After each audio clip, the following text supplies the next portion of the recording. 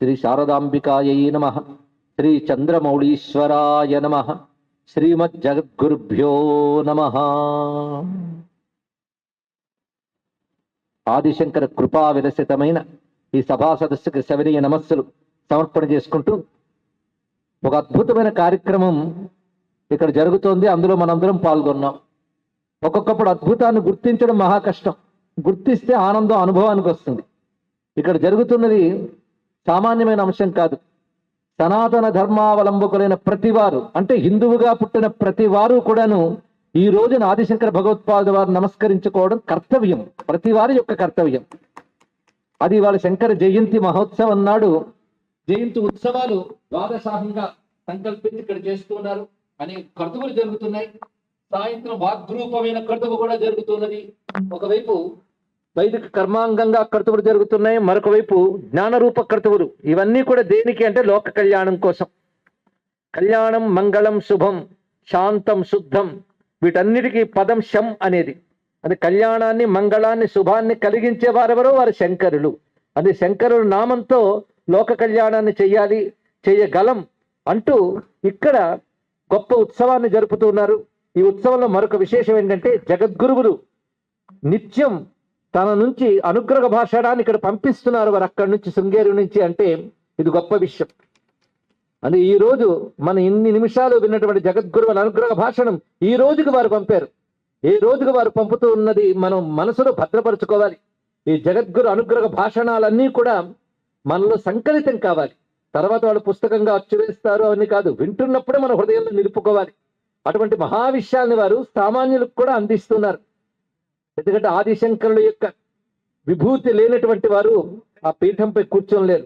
అటువంటి ఆదిశంకరుల స్వరూపులైన జగద్గురువుల యొక్క అనుగ్రహ భాషణం విన్నటువంటి హృదయంతో, ఆ హృదయానికి కలిగిన ఆనందంతో ఈ రోజు నుంచి నా వంతుగా వాక్సేవ చేసుకుంటూ శంకరులను అర్చించుకున్న భాగ్యం లభించింది. ఈ భాగ్యాన్ని ఇచ్చిన వారందరూ కృతజ్ఞతలు చెప్పుకుంటూ ఇక్కడ ఆదిశంకరుల గురించి మాట్లాడాలి అన్నప్పుడు ఎందరో ఎన్నెన్నో విషయాలు చెప్తున్నారు. పండితులు, శాస్త్రవేత్తలు వారి ప్రతిపాదిత సిద్ధాంతాలు, భాష్యాలు చెప్తూ ఉంటారు. కానీ ఆదిశంకరులు ప్రధానంగా అవతార ప్రయోజనం ఏమిటి అంటే ధర్మ పరిరక్షణ అవతార ప్రయోజనం. అవతారములు రెండు పనులు చేస్తుంటాయి, ధర్మాన్ని జ్ఞానాన్ని రక్షిస్తాయి. వేదం రెండు ఇచ్చింది మనకి, ధర్మము జ్ఞానము అని. ధర్మం అంటే ఎలా ప్రవర్తించాలనేది, జ్ఞానం అంటే దేన్ని తెలుసుకోవాలి అనేది. ఆ తెలుసుకోవడం మోక్షానికి పనికొస్తున్నది, ఆ ప్రవర్తించడం మోక్షానికి అవసరమైన చిత్తశుద్ధికి పనికొస్తుంది.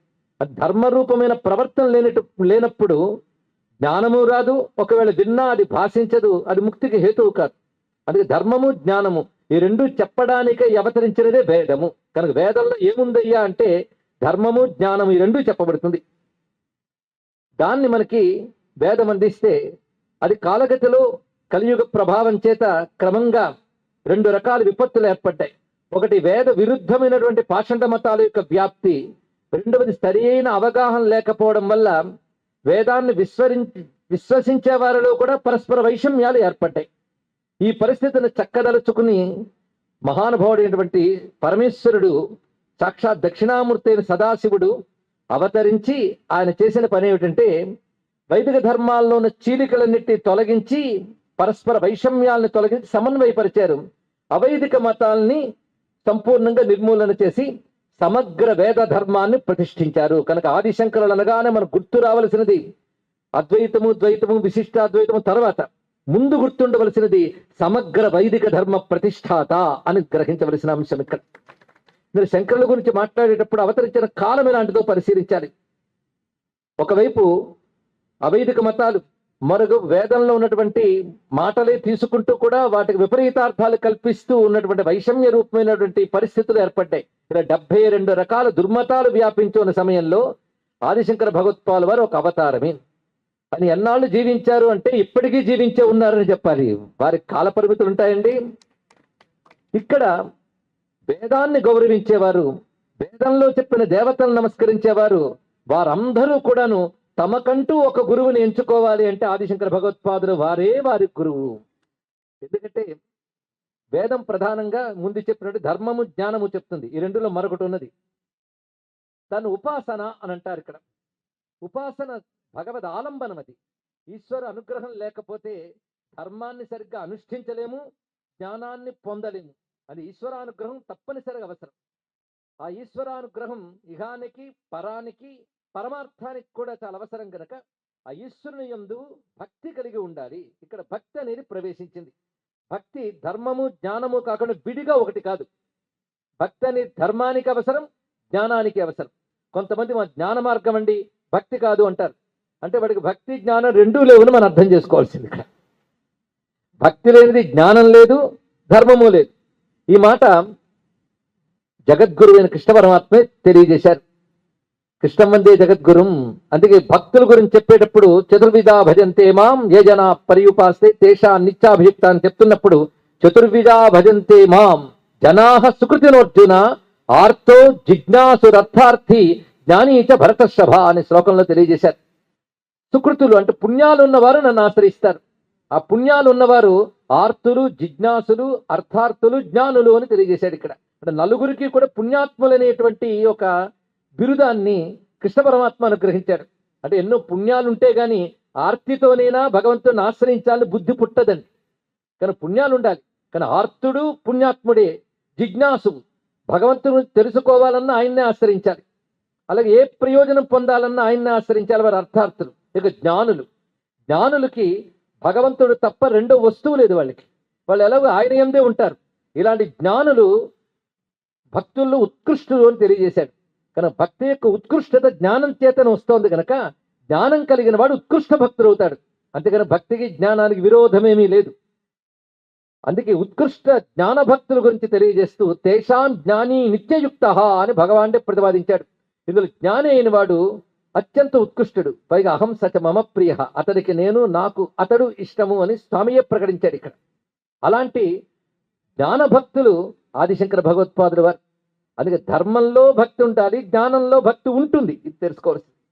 జ్ఞానంలో భక్తి ఎలా ఉంటుందంటే ప్రేమ రూపంలో ఉంటుంది. ఈ విషయాన్ని శ్రీ శ్రీ శ్రీ చంద్రశేఖరేంద్ర సరస్వతి మహాస్వామి వారు అద్వైతం గురించి చెప్తూ గ్రంథంలో చెప్తారు. జ్ఞాన భక్తి ఎలా ఉంటుంది. అర్థార్థ భక్తిలో భగవంతుడిని ఆశ్రయిస్తాం, ప్రయోజనాన్ని ఆకాంక్షిస్తాం. జ్ఞాన భక్తిలో భక్తి ఎలా ఉంటుందంటే కేవలం ప్రేమ రూపంగా ఉంటుంది అన్నాడు, ప్రీతి రూపంగా ఉంటుంది అన్నాడు. ఇక్కడ ప్రీతి అనే శబ్దానికి ప్రేమ అని అర్థం. ప్రేమ అంటే ప్రియమైన భావం. ఈ భావం ఏమిటయ్యా? ఆనందము అని అర్థం. అస్థిభాతి ప్రియం, అదే సచ్చిదానందం. ఆ ప్రియమైనటువంటి భావం అది. ఇక్కడ భగవంతుని తలంచుకోగానే హృదయం ముందు కలిగేటువంటి ఆనంద రూపమైన ప్రీతి భావం ఏదుందో అది భక్తి. ఇదే సాత్వస్మిన్ పరమ ప్రేమ రూప అనే మాట ఉన్నది. భగవానుడు కూడా భజతే ప్రీతిపూర్వకం అన్న మాటని చెప్తాడు. కనుక ప్రియము, ప్రేమ, భక్తి, ఆనందము ఇవన్నీ వైదిక మార్గంలో ఉన్నటువంటివే. అటువంటి ప్రేమ రూపాత్మకమైన చిత్తవృత్తితో భగవంతుడిని కొలుచుకోవాలి, భగవద్ అనుగ్రహం పొందాలి అని ఆదిశంకరులు ప్రతిపాదన చేశారు. అంతేగాని కేవలం ఒక సిద్ధాంతాన్ని ప్రతిపాదించడానికి ఆయన రాలేదు. వేదము చెప్పిన అన్ని సిద్ధాంతాన్ని సృష్టిపరిచి బలపరచడానికి వచ్చినటువంటి అవతారమైన అది సమగ్ర వేద ధర్మ ప్రతిష్టాత అనేదే ప్రారంభించుకుని ఆ అంశమే కొనసాగించదలుచుకున్నాం ఈశ్వరానుగ్రహం చేత. అయితే ఆదిశంకరులు ధర్మ మార్గం గురించి ఎన్ని చోట్ల చెప్పారంటే వేదో నిత్యమదయ్యతాం తదుదితం కర్మస్వనుష్ఠీయతాం అనే మాటలు మనకు స్పష్టంగా కనబడుతున్నది. ఇక్కడ ఇద్దరు జగద్గురువుల మాటను అన్వయించడం మొదటి నుంచి కనబడుతోంది వాళ్ళ మాటల్లో. ఒక జగద్గురు ఎవరయ్యా అంటే కృష్ణం వందే జగద్గురు. రెండవ జగద్గురు ఎవరయ్యా అంటే ఆదిశంకర భగవత్పాదులు వారు. అటు కృష్ణవాక్యం మనకు ప్రమాణం, కృష్ణ హృదయాన్ని ఆవిష్కరించిన జగద్గురువులు ఆదిశంకరుల ప్రమాణం. ఈ ధర్మాన్ని రక్షిస్తున్నది శివకేశవులు ఉభయులే. కేశవుడు కృష్ణ పరమాత్మగా వ్యాసునిగా ధర్మాన్ని బోధిస్తే పరమేశ్వరుడి దక్షిణామూర్తి శంకరుడిగా అవతరించి అంతా కృష్ణుడే విష్ణువే చేస్తుంటే నేనేం చేయాలని ఆయన వచ్చి పనిచేశాడు. ఉభయులు కలిసి మనల్ని అనుగ్రహించారండి. ఈ విషయాన్ని మనం గమనించేటప్పుడు ఆదిశంకరుడు ఈ విధంగా దక్షిణామూర్తి అవతారం అని చెప్పాలి అంటే దానికి ఒక ప్రమాణం ఉండాలి. అటువంటి వారెవరంటే శాస్త్రం తెలిసిన వారు, తపస్సు పండిన వారు అయి ఉండాలి. అటువంటి మరొక జగద్గురువులు శృంగగిరి పీఠంలో 12వ పీఠాధిపతిగా ఉన్నటువంటి విద్యారణ్య స్వామి వారు తెలియజేస్తున్నారు. అజ్ఞానాంతర్గహన పతితాన్ ఆత్మవిద్యోపదేశై త్రాతుం లోకాన్ భవదవ శిఖా తాప పాపచ్యమానాన్ ముక్త్వా మౌనం వటవిటపినో మూలతో నిష్పతంతి శంభోర్మూర్తిశ్చరతి భువనే శంకరాచార్య రూప. అతి కారుణ్యంతో భగవంతుడు ఎందుకు రూపం ధరిస్తాడు, ఎందుకు అవతరిస్తాడంటే దయ వల్ల అవతరిస్తాడు, అవసరం వల్ల కాదు. ఆయనకు అవసరం లేదు, అవసరం మనకి. మనల్ని అనుగ్రహించడం కోసం దయతో ఆయన అవతారం స్వీకరిస్తాడు. అందుకే అజ్ఞానాంతర్గహన పతితాన్, ఎవరైతే అజ్ఞానం అనేటువంటి అరణ్యంలో చిక్కుకుపోయి దారి తెన్ను కానక తిరుగుతున్నారో వారికి బ్రహ్మజ్ఞానాన్ని బోధించి అనుగ్రహించడానికై, సంసార తాపత్రయంతో మగ్గిపోతున్న వారిని కాపాడడానికై మౌన స్వరూపుడిని దక్షిణామూర్తి మౌనాన్ని విడిచిపెట్టి 4 చేతుల్లో పై 2 చేతుల్ని క్రిందికి ఉపసంహరించుకుని, దక్షిణామూర్తి స్వరూపాన్ని ఒకసారి భావించండి. ఒక చేత్తో చిన్ముద్ర, ఒక చేత్తో పుస్తకం, పై 2 చేతుల్లో ఆయన అక్షమాల సుధాకలశం పట్టుకుంటాడు. ఇది స్వరూపం. ఆ లోపల పైనున్న 2 చేతులు లోపల ఉపసంహరించుకుంటే మిగిలిందేంటి? చిన్ముద్ర, పుస్తకం. దీని అర్థం ఏంటయ్యా అంటే సర్వశాస్త్రములు ఈ పుస్తకంలో సూచించబడుతున్నాయి, సర్వశాస్త్ర సారం ఈ చేతితో చూపించబడుతున్నది అన్నారు. ఇటువంటి మూర్తిని ధ్యానిస్తే ధన్యులం అవుతా ఉంటారు విద్యారణుల వారి శంకర విజయంలో. అందుకే మనం ఒక్కసారి ప్రాతకాలంలో లేచి గురు ధ్యానంగా ఈ మూర్తిని ధ్యానించుకోవడం, మన ధ్యానం చెదిరిపోకుండా ఎప్పుడు గుర్తు చేయడానికి ప్రతి ఇంట ఆదిశంకరుల చిత్రపటం ఒకటి ఉండడం, ఈ రెండు చాలా అవసరమండి. ఒక్కసారి మనస్సులో ఈ స్వరూపాన్ని ధ్యానించండి, మనకు తెలియకుండానే మనలో ఉన్న సందేహాలు పటాపంచలు అయ్యి సమాధానం లభిస్తుంది. సమాధానం అనే మాట చాలా మంచి మాట. అది సాధన చతుష్టయ సంపత్తిలో సమాధానం గురించి కూడా ఉన్నది కదా. అది సమాధానం అనేది గురు కటాక్షములు లభించాలి. అందుకే ఆదిశంకరులు ఒక్కసారి మనస్సులో ధ్యానిస్తే గురువుల వల్ల ఏం రావాలా అని ధ్యానం వల్ల వస్తుందండి. అటువంటి మహిమాన్వితమైన గురువు. ఎందుకంటే స్మరణ మాత్రం చేతనే అనుగ్రహించగలిగే శక్తి గురువులకు ఉంటుంది. అలాంటి గురువులు ఆదిశంకర భగవత్పాల వారు. వాళ్ళకి దేశ కాల అవధులు ఉండవు. అందుకే ఎప్పుడో శతాబ్దాల క్రితం వారు వచ్చారు కదా అంటే ఇప్పటికీ వారు ఉన్నారు. ఎవరు స్మరిస్తారో వారికి సన్నిహితులు వారు అని స్మరణ చేతను అనుగ్రహించేటువంటి జగద్గురువులు ఆదిశంకర భగవత్పాదులు వారు. ఇక ప్రత్యేకించి మీరు ఏ మార్గంలో ఉన్నా తరించడానికి మార్గం వేసిన వారు. ఆ మార్గం ఆయన కొత్తగా వేయలేదు, వేదంలో ఉన్నదాన్ని ఆయన చూపించారు ఇక్కడ. కానీ వేదం ఏం చెప్పిందంటే ప్రతి వారికి విధి అనగా శాస్త్రము ఏమి నిర్దేశించిందో దాన్ని ఆచరించాలి.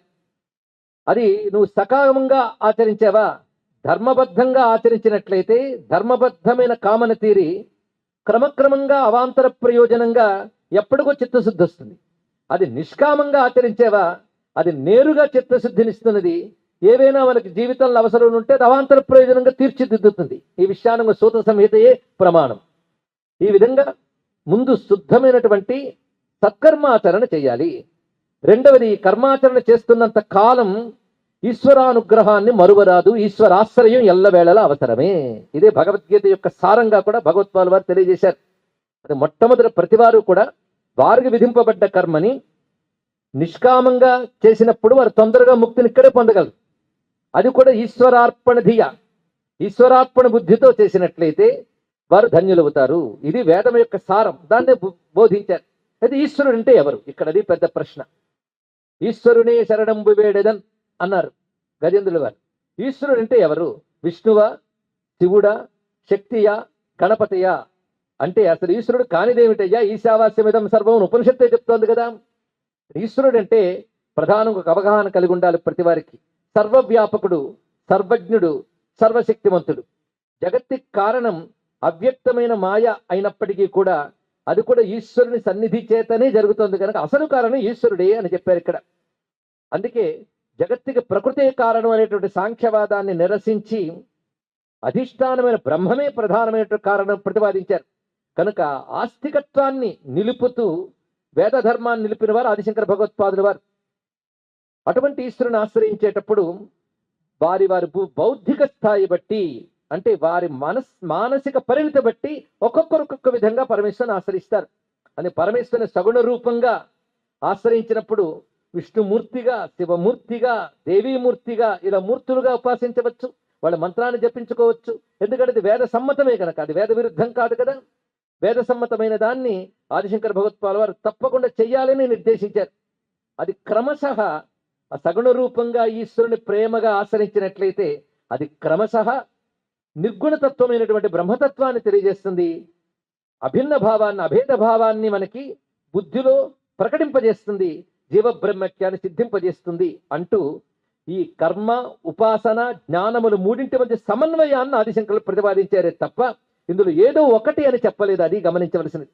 కానీ ఈశ్వరుడు అన్నప్పుడు ముందు చెప్పినట్లుగా సర్వవ్యాపకుడు, సర్వజ్ఞుడు, సర్వశక్తిమంతుడు, సర్వాంతర్యామి, ఇది ప్రతివారు అంగీకరించే అంశం. అందుకే సర్వశక్తిమంతుడనే మాటకి ఈశ్వర అనే శబ్దం దానికి అర్థం. అది ఈశ్వర అనగానే సర్వశక్తిమంతుడు, సర్వసమర్థుడు అని అర్థమే ఈశ్వర శబ్దంలో కనబడుతున్నది. అలాగే సర్వసమర్థుడు ఈ జగత్తుని నిర్వహించే సర్వైశ్వర్యములు ఆయనే. అది ఈశ్వర శబ్దం అంత ఉత్కృష్టమైనది. ఆ ఈశ్వరుడు విష్ణువు అనుకుంటే వైష్ణవం, ఆ ఈశ్వరుడే శివుడు అనుకుంటే శైవం, ఆ ఈశ్వరుడే శక్తి అనుకుంటే శాక్తేయం. ఇక్కడ ఈ మాట వచ్చేటప్పటికల్లా శైవులు శివుడే పరమేశ్వరుడు అని శివపారమ్యం చెప్తూ ఇతరములు కాదంటారు. అది ఒప్పుకోదు అద్వైతం. అంతే, సాధన దశలో కూడాను అటువంటి భేదాన్ని అద్వైతం ఒప్పుకోదు. అద్వైతం ఏం చేస్తుందంటే, నువ్వు ఈశ్వరుని శివుడిగా ఉపాసిస్తే చాలా సంతోషం, శివుడిని ఆశ్రయించు, కానీ అది విష్ణువుకి వేరు అనుకోకు. అందుకే అద్వైతాన్ని గౌరవిస్తూ శంకరుడిపై భక్తి కలిగిన సామాన్యులకి పెద్ద సిద్ధాంతాలు ప్రతిపాదనలు తెలియకపోయినప్పటికి కూడా ఇష్టదేవత నిష్ఠ ఉంటుంది, ఇతర దేవత ద్వేషం ఉండదు. అది చాలండి సనాతన ధర్మాన్ని కలపడానికి. సమగ్ర వైదిక ధర్మాన్ని, హిందూ ధర్మాన్ని ఐక్యం చేయాలి అంటే ఒక్క సూత్రం చాలు, ఇష్టదేవత నిష్ఠ ఉండాలి, ఇతర దేవత ద్వేషం ఉండకూడదు. అయితే ఇతర దేవతల పట్ల భక్తి రాకపోవచ్చు, ఎందుకంటే వీడు అనేక జన్మల జీవలక్షణ సంస్కారం బట్టి ఆ దేవత పేరు తలుచుకుంటేనే మనసుకు ప్రీతి కలుగుతుంది, ఇతర దేవతను తలుచుకుంటే మనసు కరగకపోవచ్చు, అది వీడి జీవలక్షణం. అటువంటి వాడు ఏమనాలంటే తత్రాపి భక్తి స్తరుణిందు శేఖరే అంటాడు ఇక్కడ. అది నవస్తు భేద ప్రతిపత్తి రస్తిమే, నాకు జగదీశ్వరుడైనటువంటి విష్ణువునందు అదేవిధంగా సర్వవ్యాపకుడి ఈశ్వరుని యందు కూడా నాకు భేదం ఏమీ లేదు, అయినప్పటికీ తత్రాపి భక్తి స్తరుణిందు శేఖరే అంటాడు. అది లీలాసుకుడని మహాకృష్ణ భక్తుడున్నాడు, ఆయన అద్వైత సాంప్రదాయ అనుయాయి. ఆయన అంటాడు, శైవావయం నఖలు తత్ర విచారణీయం పంచాక్షరీ జపపరానితరాన్ తథాపి చేతో మదీయ మతసీ కుసుమావభాసం స్మేరాననం స్మరతి గోపవధూ కిశోరం అన్నాడు ఆయన. మేము శైవులం, నిరంతరం శివ పంచాక్షరి జపం చేస్తాం, కానీ మా మనస్సు ఆ నీలమేఘశ్యావుడని కృష్ణ పరమాత్మని తలంచుకోవడంలోనే ప్రీతి చెంది ఉంది అన్నాడు ఇక్కడ.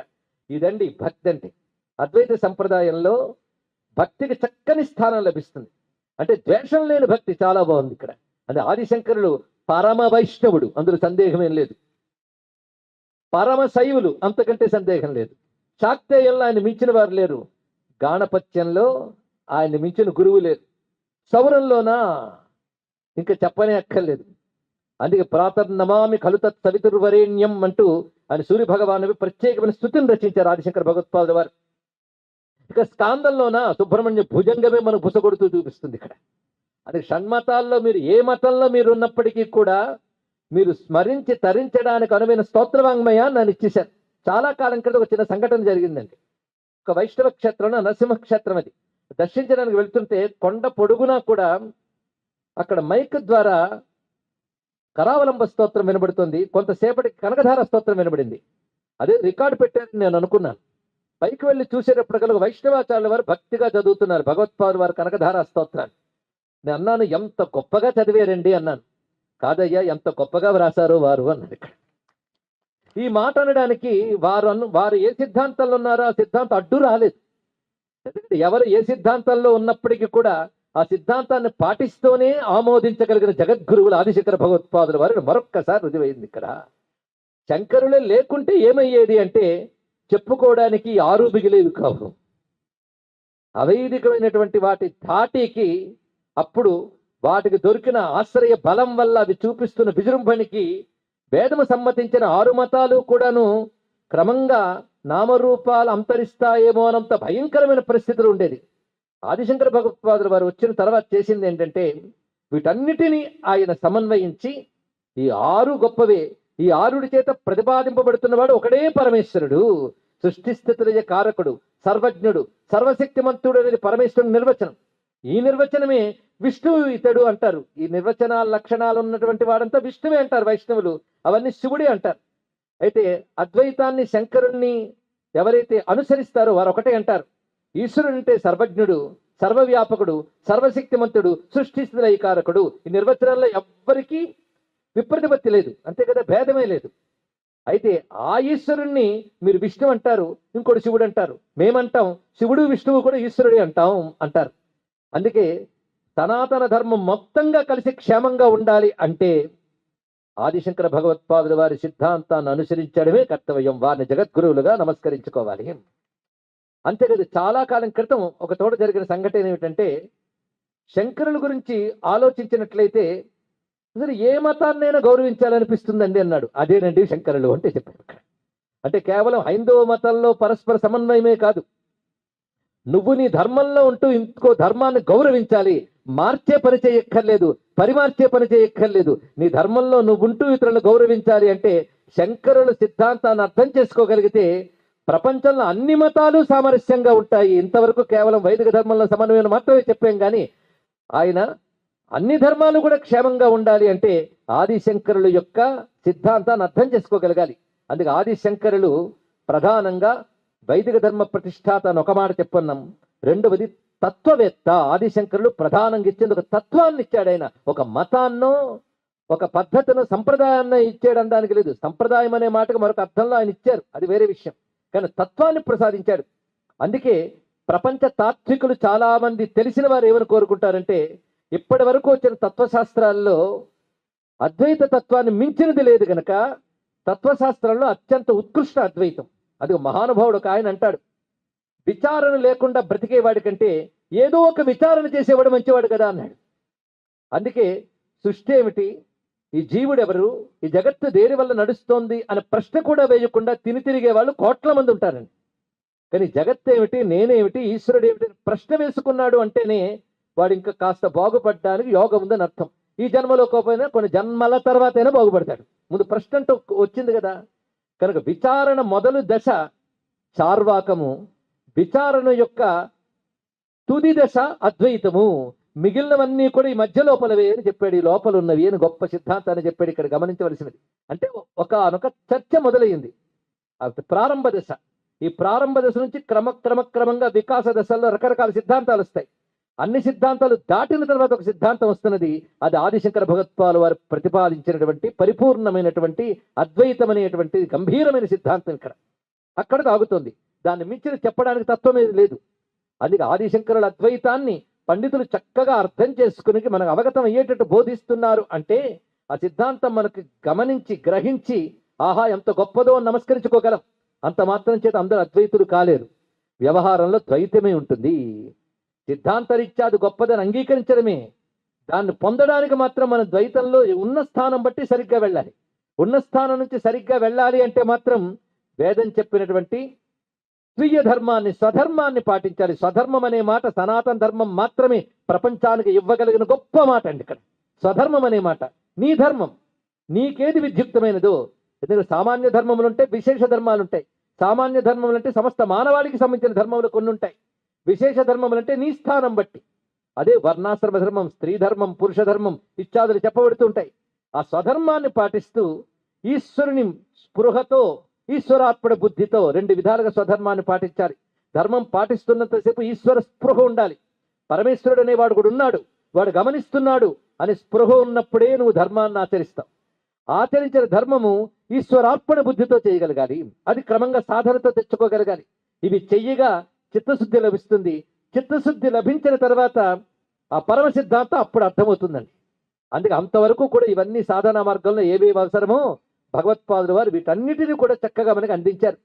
అందుకే భగవత్పాదులను గురువుగా భావించినట్లయితే మనం ఏ మార్గంలో ఉన్నామో ఆ మార్గాన్ని మరింత స్పష్టంగా, మరింత దృఢంగా ఆచరించగలము. అందుకే భగవత్పాదుల మార్గాల్లో ఉన్న విష్ణు భక్తుడు గొప్ప విష్ణు భక్తుడు కాగలడు, శివభక్తుడు పరిపూర్ణ శివభక్తుడు కాగలడు, దేవీ భక్తుడు మరీ దేవి భక్తుడు కాగలడు. వీళ్ళందరూ కలిసి ఒకే పరతత్వాన్ని తెలుసుకుని అందులో ఐక్యం కాగలరు. ఇది భగవత్పాదుల వారి యొక్క మార్గంలో ఉన్నటువంటి గొప్పతనం. అయితే విష్ణు, శివ, దేవి ఇత్యాది శబ్దములకి మనం పేర్లు ఎత్తగానే విష్ణు అనగానే చతుర్భుజాలు, శంఖచక్ర గదాపద్మములు ఉన్న స్వామి స్ఫురిస్తాడు. ఇంకా ఆయన అవతారంలో కృష్ణుడు, రాముడు వీళ్ళ పేర్లు ఎత్తినప్పుడు వాళ్ళ మూర్తులు స్ఫురించినప్పటికీ ఇదంతా కలిపిన వైష్ణవమే అంటాం, ఆయన అవతారాలు కదా. ఇక రెండవది శివుడు అనగానే మనకు మూర్తి స్ఫురిస్తాడు, సందేహం లేదు. గణపతి అంటే మరొక మూర్తి స్ఫురిస్తాడు. కానీ కొంచెం మనం ఇప్పుడు వాద వివాదాలు పక్కన పెట్టి బుద్ధిని అప్లై చేసి సిద్ధాంతాల జోలికి వెళ్లకుండా కాస్త బుద్ధిని వినియోగించి పదాలకు అర్థం చూద్దాం. శివ అంటే అర్థం ఏంటి? శుభం, కళ్యాణం, మంగళం, శాంతం, శుద్ధం, ఇవన్నీ పర్యాయ పదాలు. అటువంటప్పుడు విష్ణువు శివుడు కాడా? అంటే కళ్యాణకారుడు, మంగళస్వరూపుడు, శుద్ధుడు, శాంతుడు కాడా? విష్ణు అనే శబ్దానికి అర్థం తీస్తే సర్వవ్యాపకుడు అయిన వాడు విష్ణు. వేష్టి వ్యాపనోతి విష్ణు అంటున్నాం మనం. సర్వవ్యాపకుడు. శివుడు సర్వవ్యాపకుడు కాడా? ఇప్పుడు ఆలోచించండి. అంటే శివుడు సర్వవ్యాపకుడు కాకపోతే మరి శివుడు అక్కర్లేదు.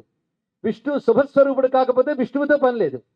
కానీ విష్ణువుడు శివుడై ఉంటాడు, శివుడు విష్ణువై ఉంటాడు. అర్థంతో తెలుసుకోవాలి.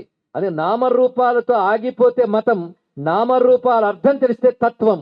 ఆ తత్వ ప్రతిపాదన శంకర భగవత్పాదుల వారు తత్వంలోకి వెళ్ళాలి. కానీ శివుడు విష్ణువు అనగానే ఒకే పరమాత్మకి రెండు పేర్లు అని తెలిసిపోయి కదా. పరమేశ్వరుడు పరమాత్మ ఒకడే అని శుభస్వరూపుడు గనక ఆయన శివుడు అన్నారు. ఆయనయే సర్వవ్యాపకుడు గనక ఆయన విష్ణువు అన్నారు. సర్వజీవులకి ఆశ్రయం గనక ఆయన నారాయణుడు అన్నారు. వేదవాక్యములనే గోవుల చేత తెలియబడుతున్నాడు గనక ఆయన గోవిందుడు అన్నారు. ఆయనే సర్వజీవుల్లో ప్రకాశిస్తున్నాడు. ఆయన స్త్రీ కాదు, పురుషుడు కాదు. కానీ స్త్రీమూర్తిగా జగన్మాతగా భావిస్తే దేవాహ అని చెప్పిన బ్రహ్మమే దేవి అయ్యింది కదా అన్నారు ఇక్కడ. అందుకే వీటన్నిటిని సమన్వయం చేసి మొట్టమొదటి చెప్పిన వారు ఎవరో తెలుసా? ఆదిశంకరులు కొత్త సిద్ధాంతాన్ని ప్రతిష్ఠ చెయ్యలేదు. ముందు తెలుసుకోండి. ఇక్కడ ఎవరైనా కొత్త సిద్ధాంతాలు తెచ్చారంటే కొంపలు ముంచారని అర్థం చేసుకోవాలి. కొత్తదనం బ్రతుకులు బాగు చెయ్యదు. బాగు చేసేది సనాతనం మాత్రమే. సనాతన ధర్మం మాత్రమే బాగు చేస్తుంది. సనాతనం అంటే శాశ్వతం అని అర్థం. అది నూతనం కాదు, సనాతనం శాశ్వతం. అయితే దానికి ఏదైనా పేరు పెట్టుకోండి. కొత్తదనం అంటే నిత్య నూతనం అని పేరు పెట్టుకోండి సరిపోతుంది. సూర్యుడు ఎంత కొత్తవాడో సనాతన ధర్మం అంత కొత్తది.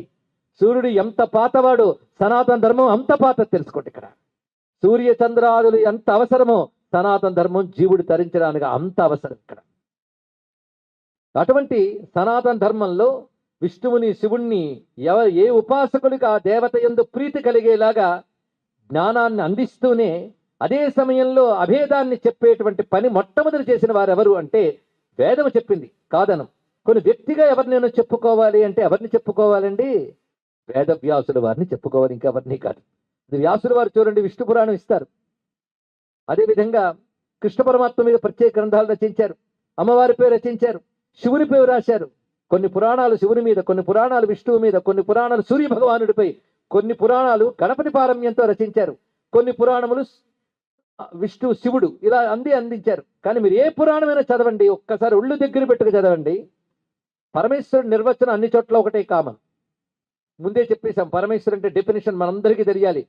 ఈశ్వరుడు భగవంతుడు అంటే ఎంత స్పష్టమైన నిర్వచనం ప్రపంచం మొత్తం మీద సనాతన ధర్మం మాత్రమే ఇవ్వగలిగింది. ఎవరి వలన సృష్టి స్థితులు జరిగాయో మళ్ళీ రిపీట్ చేస్తున్నట్టు కనబడవచ్చు, కానీ భగవంతుడు అంటే ఒక అవేర్నెస్, ఒక అవగాహన కలగాలి. ఎవడి వల్ల సృష్టి స్థితులు కలిగాయో, ఎవడు సర్వవ్యాపకుడు, ఎవడు సర్వశక్తిమంతుడు, ఎవడు సర్వజ్ఞుడు, అతడు భగవంతుడు. ఆ భగవంతుడి పేరే విష్ణు పురాణంలో విష్ణు పరంగా చెప్పబడుతుందంతే. ఆ లీలన్నీ చెప్తాం. ఇదే నిర్వచనం తీసుకుని శివపరంగా చెప్తాడు శివపురాణంలో. ఇవన్నీ రాసినవాడు ఒక్కడే. పోనీ అది కొందరు ఇది కొందరు రాశారా?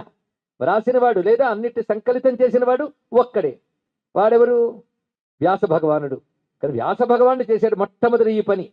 సనాతన ధర్మంలో అన్ని రకాల విధానాలు చెప్పాడు. కొంతమంది ఉంటారండి అసలు ఏ రూపం లేని పరతత్వాన్ని ధ్యానించి ఆనందించే వాళ్ళు కూడా కనబడుతూ ఉంటారు.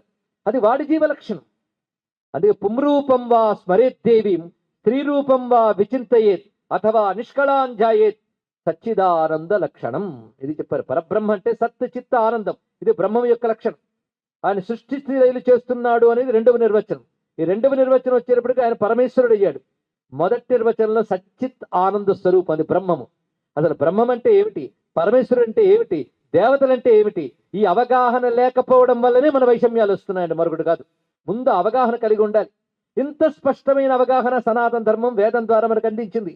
దాన్ని అందుకుని ఎవరు ఇష్టానుసారంగా వారి బుద్ధిని అనుసరించి వారికి తగ్గ గ్రంథాలు రచించి వాటన్నిటికీ మళ్ళీ ఏకసూత్రం చేసినటువంటి వాడు వ్యాస భగవానుడు. అది వ్యాసుడు మనకి పరమేశ్వరుడు తర్వాత మళ్ళీ జగద్గురువుగా చెప్పుకోవాల్సిన వ్యాసుల వారిని. ఎవరి తర్వాత? పరమేశ్వరుడు తర్వాత.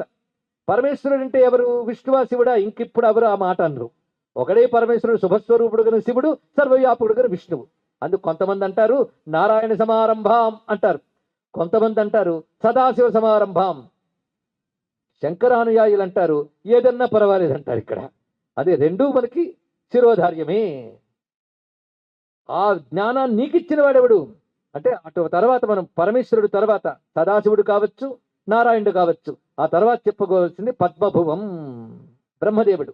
ఆ తర్వాత వశిష్ఠుడు, ఆ తర్వాత శక్తి, పరాశరుడు, వ్యాస భగవానుడు, అక్కడి వరకు అందరూ సమ్మతిస్తారు కదా. ఆ వ్యాస భగవానుడు చేసిన పని తర్వాత ఒక్కొక్కరు కొంతమంది ఏం చేశారంటే, ఆ వ్యాసుడు విష్ణు భక్తికి సంబంధించి ఏవి చెప్పాడో అవి తీసుకుని ప్రచారం చేశారు కొందరు గురువులు. అది వ్యాస సమ్మతమే. కొందరు గురువులు ఏం చేశారంటే శివపరంగా ప్రచారం చేశారు. ఇది చాలా మంచిది. శివునిపై ప్రీతి కలిగిన వారికి వారు ఆచార్యులుగా ఉన్నారు. విష్ణువు ప్రీతి కలిగిన వారికి ఆ విష్ణు గ్రంథాలు ప్రచారం చేసిన వాళ్ళు ఉన్నారు. అంటే అటు శివభక్తులకి, ఇటు విష్ణు భక్తులకి, ఇంకా శక్తి భక్తులకి అందరికీ ఇప్పుడు ఎవరు ప్రధాన గురువు అయ్యారు? వ్యాసుడు వారు అయ్యారు. ఒప్పుకుంటున్నాం కదా అందరం కూడా. కానీ వ్యాసుడు వారు ప్రతివారు అంగీకరిస్తారు. ప్రతివారు అంగీకరించే వ్యాసుడు వారిని అంగీకరిస్తూ వ్యాసుడు వారు చేసిన పనే చేసి శివభక్తులైన విష్ణు భక్తులైన ఎవరైనా సరే ఒకే ఈశ్వరుని ఆరాధిస్తున్నారని వ్యాసుల వలే చెప్పినటువంటి వాళ్ళు మరి ఆదిశంకర భగవత్పాదుల వారే. అని వ్యాసుడు చెప్పిన ప్రకారంగా కొందరు శైవాన్ని వ్యాప్తి చేస్తే, కొందరు వైష్ణవాన్ని వ్యాప్తి చేస్తే, శైవాన్ని, వైష్ణవాన్ని, శాక్తేయాన్ని అన్నిటి కలిపి ఒకటిగా చూపిస్తూ ఈ ఉపాసనా స్థాయి వరకేనాయనా, ఈ ఉపాసన చేసి తద్వారా ఈశ్వరానుగ్రహం వల్ల నీ మనస్సు శుద్ధమై పక్వమైతే ఈశ్వరుడికి భిన్నంగా మరేదీ లేదని ఎరుక నీకు కలుగుతుంది. ఆ ఎరుక ఎలా కలుగుతుందంటే ఈశ్వరునికి ఏదీ భిన్నంగా లేదు. ఆఖరికి మాటనే నేను కూడా ఈశ్వరునికి భిన్నుణ్ణి కాను అనే స్థితి కలుగుతుంది. ఆ స్థితి అద్వైత స్థితి. అద్వైత స్థితి ఎంత గొప్పదంటే పరమాత్మ తప్ప మరేదీ లేదని చెప్తుందండి. ఇది చాలా బాగుంది. పరమాత్మ తప్ప రెండవది లేదని చెప్పడంలో భక్తి పరాకాష్ఠకు వెళ్ళిపోయింది ఇక్కడ. అందుకే ఈ అన్ని రకాల సిద్ధాంతాలు వేదంలోనూ ఉన్నాయి. కానీ ద్వైతానికి ప్రమాణ వాక్యాలు కావాలన్నా వేదమే చెప్తుంది. విశిష్టాద్వైతానికి ప్రమాణ వాక్యములు వేదమే చెప్తుంది. అద్వైతానికి ప్రమాణ వాక్యాలు చెప్తోంది అంటే అర్థం ఏంటంటే సాధన క్రమంగా మొదలై అద్వైతంత పరిపూర్ణమవుతుందని చెప్తూ వేదం ఇన్ని రకాల అర్థాలని మనకు అన్వయిస్తున్నది. అందుకే ఈ మూడు సిద్ధాంత అనుయాయులైన వారందరినీ కూడా మనం సమన్వయించాలి, గౌరవించాలి. ఆ సిద్ధాంతంలో ఉన్న పెద్దలందరినీ కూడా మనం నమస్కరించాలి, సమాదరించాలి. ఈ సంస్కారం మనకు అందించారు ఆదిశంకర భగవత్పాదులు వారు ఇక్కడ. అది విశేషమైన అంశం ఇక్కడ. అందుకే ఇక్కడ సిద్ధాంత భేదాలు సామాన్యులకు అక్కర్లేదు. మనం ఒక్కసారి ఒక ఆలయానికి వెళ్ళి, శివాలయానికి వెళ్ళండి, విష్ణువాలయానికి వెళ్ళండి, లేదా ఆయా మతాచార్యుల యొక్క సంస్థానాల వద్ద జరుగుతున్న పూజలు చూడండి. ఆ పూజల్లో ఏ భక్తి ఉందో, ఏ స్తోత్రాలు ఉన్నాయో, ఏ వాంగ్మయం ఉందో అదే మన శంకర పీఠాల్లో జరిగే పూజల్లో కూడా అదే కనబడుతుంది. అక్కడ హోమాలు, అక్కడ పూజలు అన్నీ ఒకటి. ఎక్కడ భేదం ఉందండి? కానీ సామాన్యులని మన అనవసరంగా అయోమయం పాలు చేయనక్కర్లేదు. ఎవరమైనా సరే హిందువులం, ఎవరమైనా సరే సనాతన ధర్మానికి చెందిన వారం. ఈ ఐక్యభావ హిందువులకు కలిగించాలి అంటే అందులో రకరకాల అయోమయాలు, అవైదిక హైందవేతర సిద్ధాంతాల నుంచి లోపలికి ప్రవేశిస్తూ ఇక్కడ పరస్పరం చీలుకలు ఏర్పడిపోతూ వైషమ్యాలు కలుగుతున్న సమయంలో సమగ్రంగా హిందూ ధర్మాన్ని ఐక్యం చేయాలన్నా, సమన్వయపరచాలన్నా కూడా కావలసిన స్ఫూర్తి మనకివ్వాలి అంటే ఆదిశంకర భగవత్పాదులు వారు మాత్రమే అని ఈ సభలో మనం చెప్పుకుంటున్నాం. ఇక్కడ అని విష్ణు భక్తిని ప్రబోధించే వైష్ణవాచార్యులకు నమస్కరించుకుందాం, శివభక్తిని ప్రబోధించే శైవాచార్యులకు నమస్కరించుకుందాం, అలాగే శాక్తేయాన్ని బోధించే శాక్తేయాచార్యులకు నమస్కరించుకుందాం. ప్రతి వారికి నమస్కరించుకుంటూ వీరందరినీ కలిపి ఒకటిగా చెప్పినటువంటి ఆదిశంకర భగవత్పాదుల వారిని గురువుగా మనం స్వీకరించినప్పుడు సమగ్ర హైందవ ధర్మ పరిరక్షణ లభిస్తుందని హిందువైన ప్రతివాడు గమనించుకోవాలి. కానీ హిందూ ధర్మాన్ని పరిపూర్ణంగా రక్షించాలి అంటే ఆదిశంకరులే మనకు ప్రధానం. అందుకే ఆదిశంకరుల గురించి మహానుభావులు జటావల్లభులు పురుషోత్తం గారు ఒక మాట చెప్పారండి. ఆయన సమన్వయ చక్రవర్తి అని ఒక మాట అంటారు. ఆయన సమన్వయించారు. ఇక్కడ దేన్ని నిరసించలేదు. వేదం అంగీకరించిన దేన్నైనా అంగీకరించారు. అందుకే రకరకాల సిద్ధాంతాలు వ్యాపించినప్పుడు వాటిని సంస్కరించడానికి, సమన్వయించడానికి భగవత్పాదుల వారు ప్రమాణంగా ఒక అంశాన్ని తీసుకున్నారు. ఆ ప్రమాణంతో రెండు పనులు చేశారు. శంకరుల కాలంలో ముందే చెప్పుకున్నాం కదా, అవైదికం ఒకటి, వేదములో పరస్పర వైషమ్యాలు ఏర్పడిపోయే వేద ధర్మాల్లో. ఈ రెండింటిని ఆయన చేసేటప్పుడు ప్రమాణంగా ఒక అంశం తీసుకున్నారు. దానితో ఆయన పని చేశారు. ఆ ప్రమాణాంశం ఏంటో తెలుసా? వేదం. వేదాన్ని అనుసరించి ఆయన చేశారు ఏంటంటే వేద విరుద్ధమైన అంశములన్నీ పరిహరించారు ఒక్కొక్క దానిలో కూడా. ఆయన చేసిన పని అది. అంతేగాని దేన్ని ఆయన తీసిపారేయలేదు. అది భగవత్పాదుల వారికి ఎన్నో బిరుదుములు ఉన్నాయి. గొప్ప బిరుదు షణ్మత ప్రతిష్టాపనాచార్య. 6 మతాలను తిరిగి ప్రతిష్ఠ చేశారు. అంటే మళ్ళీ తిరిగి 6 మతాలు పుంజుకుని వ్యాపించడానికి తగిన పునాదిని, తగిన వేరు బలాన్ని, మూల బలాన్ని ఏర్పరిచిన వారు ఆదిశంకర భగవత్పాదుల వారు. అందుకే ఏ సిద్ధాంతంలో ఉన్నవారైనా ఆదిశంకరుల్ని అంటే హిందువుగా ఏ సిద్ధాంతంలో ఉన్నవారైనా, వాళ్ళ శివభక్తులైనా విష్ణు భక్తులైనా ఆదిశంకరులు నిందిస్తే గురు నిందా దోషం వాళ్ళకి ఏర్పడుతుంది అనడంలో సందేహం లేదు ఇక్కడ. అది ప్రతివారు కూడా సమైక్యంగా అందరికీ కలిపి గురువుని చెప్పండి. హిందూ మతంలో మీరు విష్ణు సంప్రదాయ గురువుల్ని చెప్తారు, శివ సంప్రదాయ గురువుల్ని చెప్తారు, అందరికీ కలిపి ఒక్క గురువుని చెప్పండి అని అడిగితే మాత్రం తడుముకోకుండా చెప్పగలిగే గురువు ఆదిశంకర భగవత్పాదుల వారే. అందుకని జగద్గురువులు. ఇక విశేషించి ఆదిశంకరుల వైష్ణవం అనే సిద్ధాంతం గురించి మాట్లాడాలని నాకు కోరిక కలిగింది. ఈ 5 రోజుల అంశము నేను తీసుకున్నది అదే.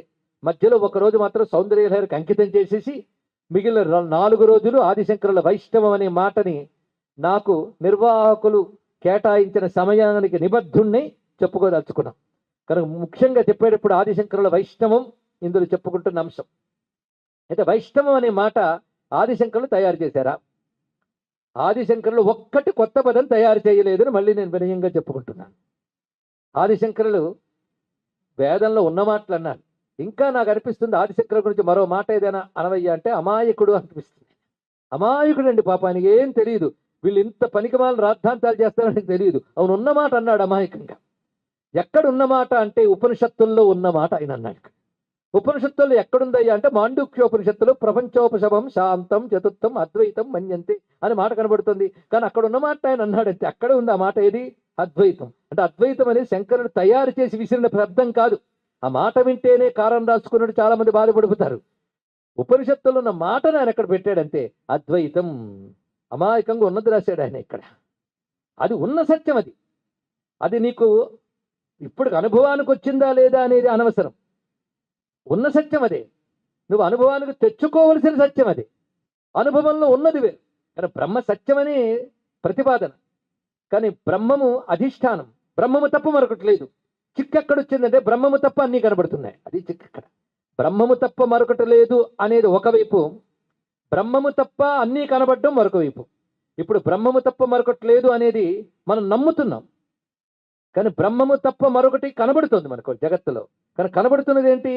బ్రహ్మము తప్ప అన్నీ కనబడుతున్నాయి మనకి. బ్రహ్మం కనిపించట్లేదు. కానీ బ్రహ్మము ఉన్నది అనేది మనం నమ్ముతున్నాం శాస్త్రరీత్యా. నమ్మితే కానీ సాధన లేదు కదా. నమ్మి ఉందనుకుంటేనే మనం సాధన చేస్తాం.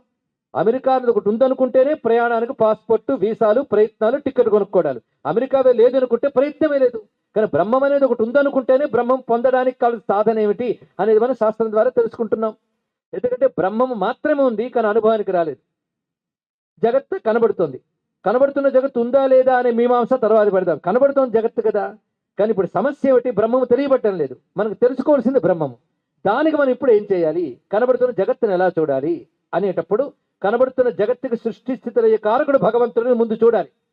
క్రమంగా భగవంతుడిని ఆశ్రయిస్తూ జగన్నాథుడు అనేటువంటి భావనతో ఆశ్రయిస్తూ ఉంటే అప్పుడు అర్థమవుతుంది జగత్తు వేరు, జగన్నాథుడు వేరు కాదు, ఉన్నది బ్రహ్మం మాత్రమే తెలుస్తుంది. ఇది క్రమంగా భగవత్పాదుల వారు ప్రతిపాదించినటువంటి సిద్ధాంతం. ఆ కారణం చేతనే మనం ఆ జగన్నాథుడైన పరమాత్మని గ్రహించాలి. ఇప్పుడు 2 మాటలు వచ్చాయి. బ్రహ్మం మాత్రమే ఉంది, జగత్తు మాత్రమే కనబడుతుంది. అది సత్యం. ఇది అవునా కాదో తేలలేదు. అవునా లేదా?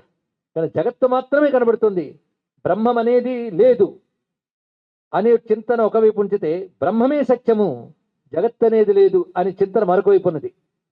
ఇది ఎలాంటిదంటే ప్రహ్లాదుడు హిరణ్యకశిపుడు లాంటిదండి. ఇక్కడ ఉన్నది బ్రహ్మమే, బ్రహ్మము తప్ప మరొకటి లేదు అంటున్నాడు ప్రహ్లాదుడు.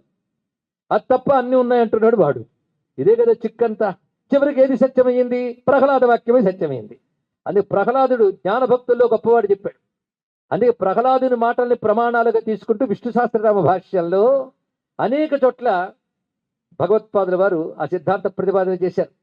కనుక వేదాల్లో పురాణాల్లో చెప్పబడుతున్నదే ఆయన అందించారు ఇక్కడ భగవత్పాదుల వారు. అయితే వైష్ణవం అనే మాట ఎక్కడున్నది? వేదంలో ఉంది వైష్ణవ శబ్దం. ఇక్కడ అనేక మంది వేద పండితులు ఉన్నారు. విష్ణు సూక్తాల్లో మనకి అనేకమైన మంత్రములు కనబడుతూ ఉంటాయి. తద్విష్ణవ పరమం పదం మొదలుకొని విష్ణువున్నకం వీర్యాని ఇత్యాది మంత్రాల్లో వైష్ణవమసి అని ముగుస్తుంది చివరికి వచ్చేటప్పటికల్లా. కానీ వైష్ణవం అనే మాట వేదాల్లో కనబడుతూ ఉంటుంది ఇక్కడ. అంటే వైష్ణవం అనే మాట చాలా గొప్పదండి. వైష్ణవాచార్యులు కనబడినా నమస్కరించాలి, వైష్ణవాన్ని నమస్కరించాలి. వైష్ణవం అనే పద భగవత్పాదుల వారు ఎన్ని చోట్ల వాడతారు? ప్రధానంగా గీతా భాష్యంలో భగవత్పాదుల వారు వైష్ణవ శబ్ద అనేక పర్యాయాలు ప్రయోగించారు ఇక్కడ.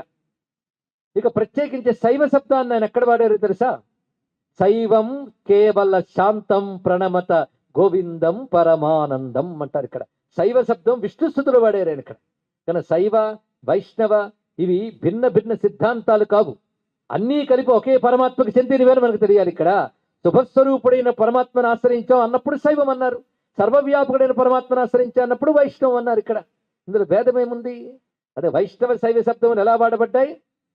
విశేషించి పరమాత్మను ఉద్దేశంలో వాడాడు. కానీ గోవిందం అన్నప్పుడు శైవం అని ప్రయోగించారు. ఇక్కడ శైవం కేవల శాంతం ప్రణమత గోవిందం పరమానందం. అసలు పరమ ప్రేమగా భగవంతుడు స్తుతించడం ఎలాగో అనే దానికి ఆదిశంకరులే ప్రథమాచార్యులు, ప్రధానాచార్యులండి. ప్రేమ అనేది భగవంతుని ప్రేమగా కీర్తించడం ఆయన దగ్గర కనబడుతుంది. ఈ ప్రేమగా కీర్తించడం అనేటువంటి మాట వేద మార్గం. ఆ కారణం చేతనే గీతాచార్యుడు చెప్పాడు, సతతం కీర్తయంతో మాం అంటాడు ఒక చోట, భజతే ప్రీతిపూర్వకం అంటాడు మరొక చోట. కానీ ప్రీతి కీర్తన ఇత్యాదులన్నీ ఉన్నాయి కనుక అటువంటి భగవన్నామ సంకీర్తన అంత ప్రేమగా హృదయం కరిగిపోయేటట్టు భగవత్పాదులు వారు చేస్తారు. భగవత్పాదులు చేసినటువంటి స్తోత్రం చదివితే శ్రద్ధగా వింటే మాత్రం హృదయం కరిగిపోతుంది. ఎందుకంటే కర్మ వల్ల చిత్తం శుద్ధమవ్వాలి, పరమాత్మమే ప్రేమ వల్ల చిత్తం కరిగిపోవాలండి. మనసు ఎంత కరిగిపోవాలంటే కరిగి కరిగి మనసు పరమాత్మ లయమైపోవాలి, మరి మిగలకూడదు, మనోలయం జరగాలి.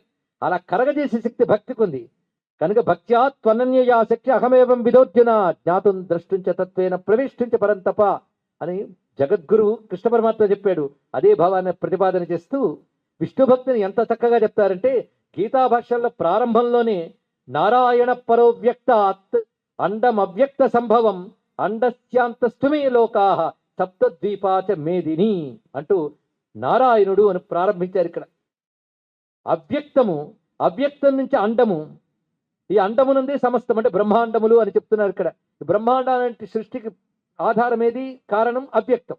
అవ్యక్తం కంటే పరుడు ఎవరు అంటే అవ్యక్తం కంటే అతీతుడు ఎవరు అంటే నారాయణ అన్నారు. ఇక్కడ అదే ఆ నారాయణ స్మృతి అనేటువంటిది శంకర సంప్రదాయంలో అత్యంత ప్రధానం. అందుకే నారాయణ అనే మాట ఎంత ప్రేమగా పలికించారో ఆయన ఇక్కడ. అక్కడితో ప్రారంభించి గీతాభాష్యం ఇచ్చేటప్పుడు కృష్ణుని విషయం వచ్చేప్పుడు ఎంత ప్రేమగా కరిగిపోతారండి. నాకు అనిపిస్తుంది శంకర భగవత్పాల్ వారి జీవితాన్ని, ఆయన వ్యాఖ్యా గ్రంథాలని, ఇతర వాంగ్మయాన్ని పరిశీలిస్తే శంకరులు కృష్ణుడు అంటే అపార ప్రేమ అనిపిస్తుంది. ఆ కారణం చేతనే ఆయన ప్రబోధ సుధాకరణంలో ఒక మాట అంటాడు, అస్మాకం కులదైవతం యదుమణి అన్నాడు. నాకు కులదైవం కృష్ణుడే ప్రతిపాదించాడు ఆయన. అందులో ఏమి సందేహం లేదు, అంత గాఢంగా మాట్లాడాడు. ఇక్కడ ఇష్టదేవత కృష్ణుడే. అందుకే భగవత్పాదులు వారు ఆతుర సన్యాసం స్వీకరించి అక్కడి నుంచి బయలుదేరుతూ ఉంటారు. కాలడి నుంచి ఆ వెళుతూ ఉంటే ఒక వాక్కు వినబడింది ఆయనకి. సరే అమ్మకి ఎలాగో నచ్చజెప్పి వెళుతున్నాం, మనం నా సంగతి ఏం చేసేవని మాట వినబడింది. ఎవరా అని చూశాడు, కృష్ణ పరమాత్మ మాట్లాడుతున్నాడు. ఏమిటి స్వామి నీకేం చేయాలన్నాడు. ఇక్కడ ఈ పూర్ణానది ప్రవాహం వల్ల నా మందిరం అంటే కృష్ణ మందిరం ఆ ప్రవాహం తాకిడికి కింద ఒరుసుకుపోయి కూలిపోయే దశగట్లింది మందిరం, దీన్ని నువ్వు పునఃప్రతిష్ఠ చేసి వెళ్ళు అని కృష్ణుడు చెప్పాడు. సరేనని ఆయన అప్పటికప్పుడు నూతనాలయాన్ని నిర్మాణం చేసి తాను కృష్ణ పరమాత్మ యొక్క విగ్రహాన్ని స్వయంగా ఎత్తి పట్టుకుని తీసుకొచ్చి ప్రతిష్ఠ చేశాడు. ఇది శంకర విజయంలో విద్యారణుల వారే మనకు అక్కడి నుంచి బయలుదేరట. అంటే శంకర భగవత్పాదులు ఇంటి నుంచి బయలుదేరడం ఎలా బయలుదేరారు? కృష్ణ పరమాత్మ యొక్క ఆలయాన్ని పునరుద్ధరణ చేసి కృష్ణ విగ్రహ ప్రతిష్టాపన చేసి బయలుదేరారు.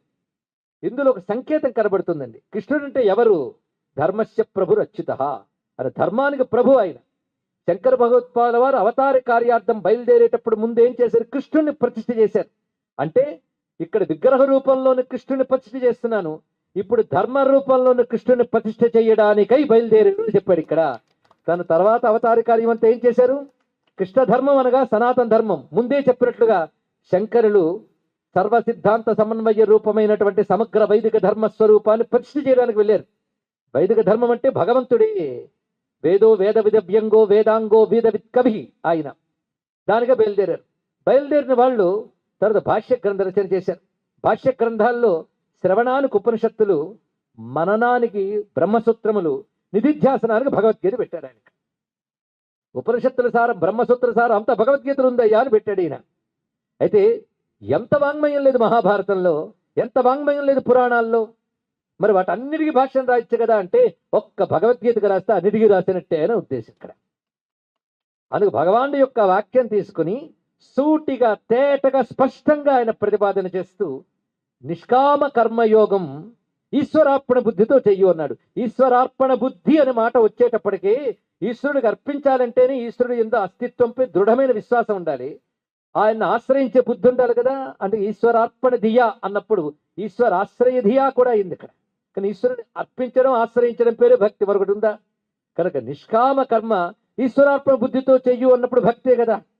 ఈశ్వర, ఈశ్వరుడు అంటే ఎవరయ్యా అంటే అడుగడుగున చెప్తాడు వాసుదేవ విష్ణు అని ప్రతిపాదించాడు ఆయన. అది ప్రారంభంలోనే వేదము 2 రకాల ధర్మాలను చెప్పింది అని ప్రారంభించారు గీతాభాష్యంలో. ప్రవృత్తి నివృత్తి రూపమైన ధర్మాన్ని చెప్పింది. ఇంత స్పష్టంగా మన హిందూ ధర్మం ఏంటో అవగాహన చేయించిన వారు శంకర భగవత్పాదుల వారండి. ఇక్కడ 2 ధర్మములు సనాతన ధర్మంలో, ప్రవృత్తి నివృత్తి. ప్రవృత్తి అంటే బ్రహ్మచర్య గృహస్థ వానప్రస్థ ఇవి ప్రవృత్తి మార్గం చెప్పబడతాయి. నివృత్తి అనగా వీటిని విషయములని పరిత్యజించి ఏ కర్మలనైతే 3 ఆశ్రమాల్లో ఆశ్రయించాడో వాటిని పద్ధతి ప్రకారంగా వదిలి సన్యసించి కేవలం పరమార్థ చింతనయందే తాదాత్మ్యంతో ఉండేటువంటి వివిధిషారూప సన్యాసము. విద్వాంసుడైతే దానిలో ఉండిపోవడం, కానీ వివిధిష విద్వాంస ఈ 2 రూపమైనటువంటి యథ్యాశ్రమం నివృత్తి మార్గం అని చెప్పబడుతుంది. అది వేద ధర్మమే. కనుక ప్రవృత్తి నివృత్తి ఈ 2 ధర్మములు. కనుక నువ్వు ఎందులో ఉన్నావో దాన్ని బట్టి ప్రవర్తించు, పెద్ద విశేషమేం లేదు. ప్రవృత్తి మార్గంలో ఉన్నవాడు అయ్యయ్యో సన్యాసం గొప్పదే అనుకోనక్కర్లేదు. తాను ప్రవృత్తిలో ఉన్నప్పుడు ప్రవృత్తికి ఏ ధర్మశాస్త్రం చెప్పింది అదే చేయాలి. నివృత్తిలో ఉన్నవాడు దాన్నే పాటించాలి.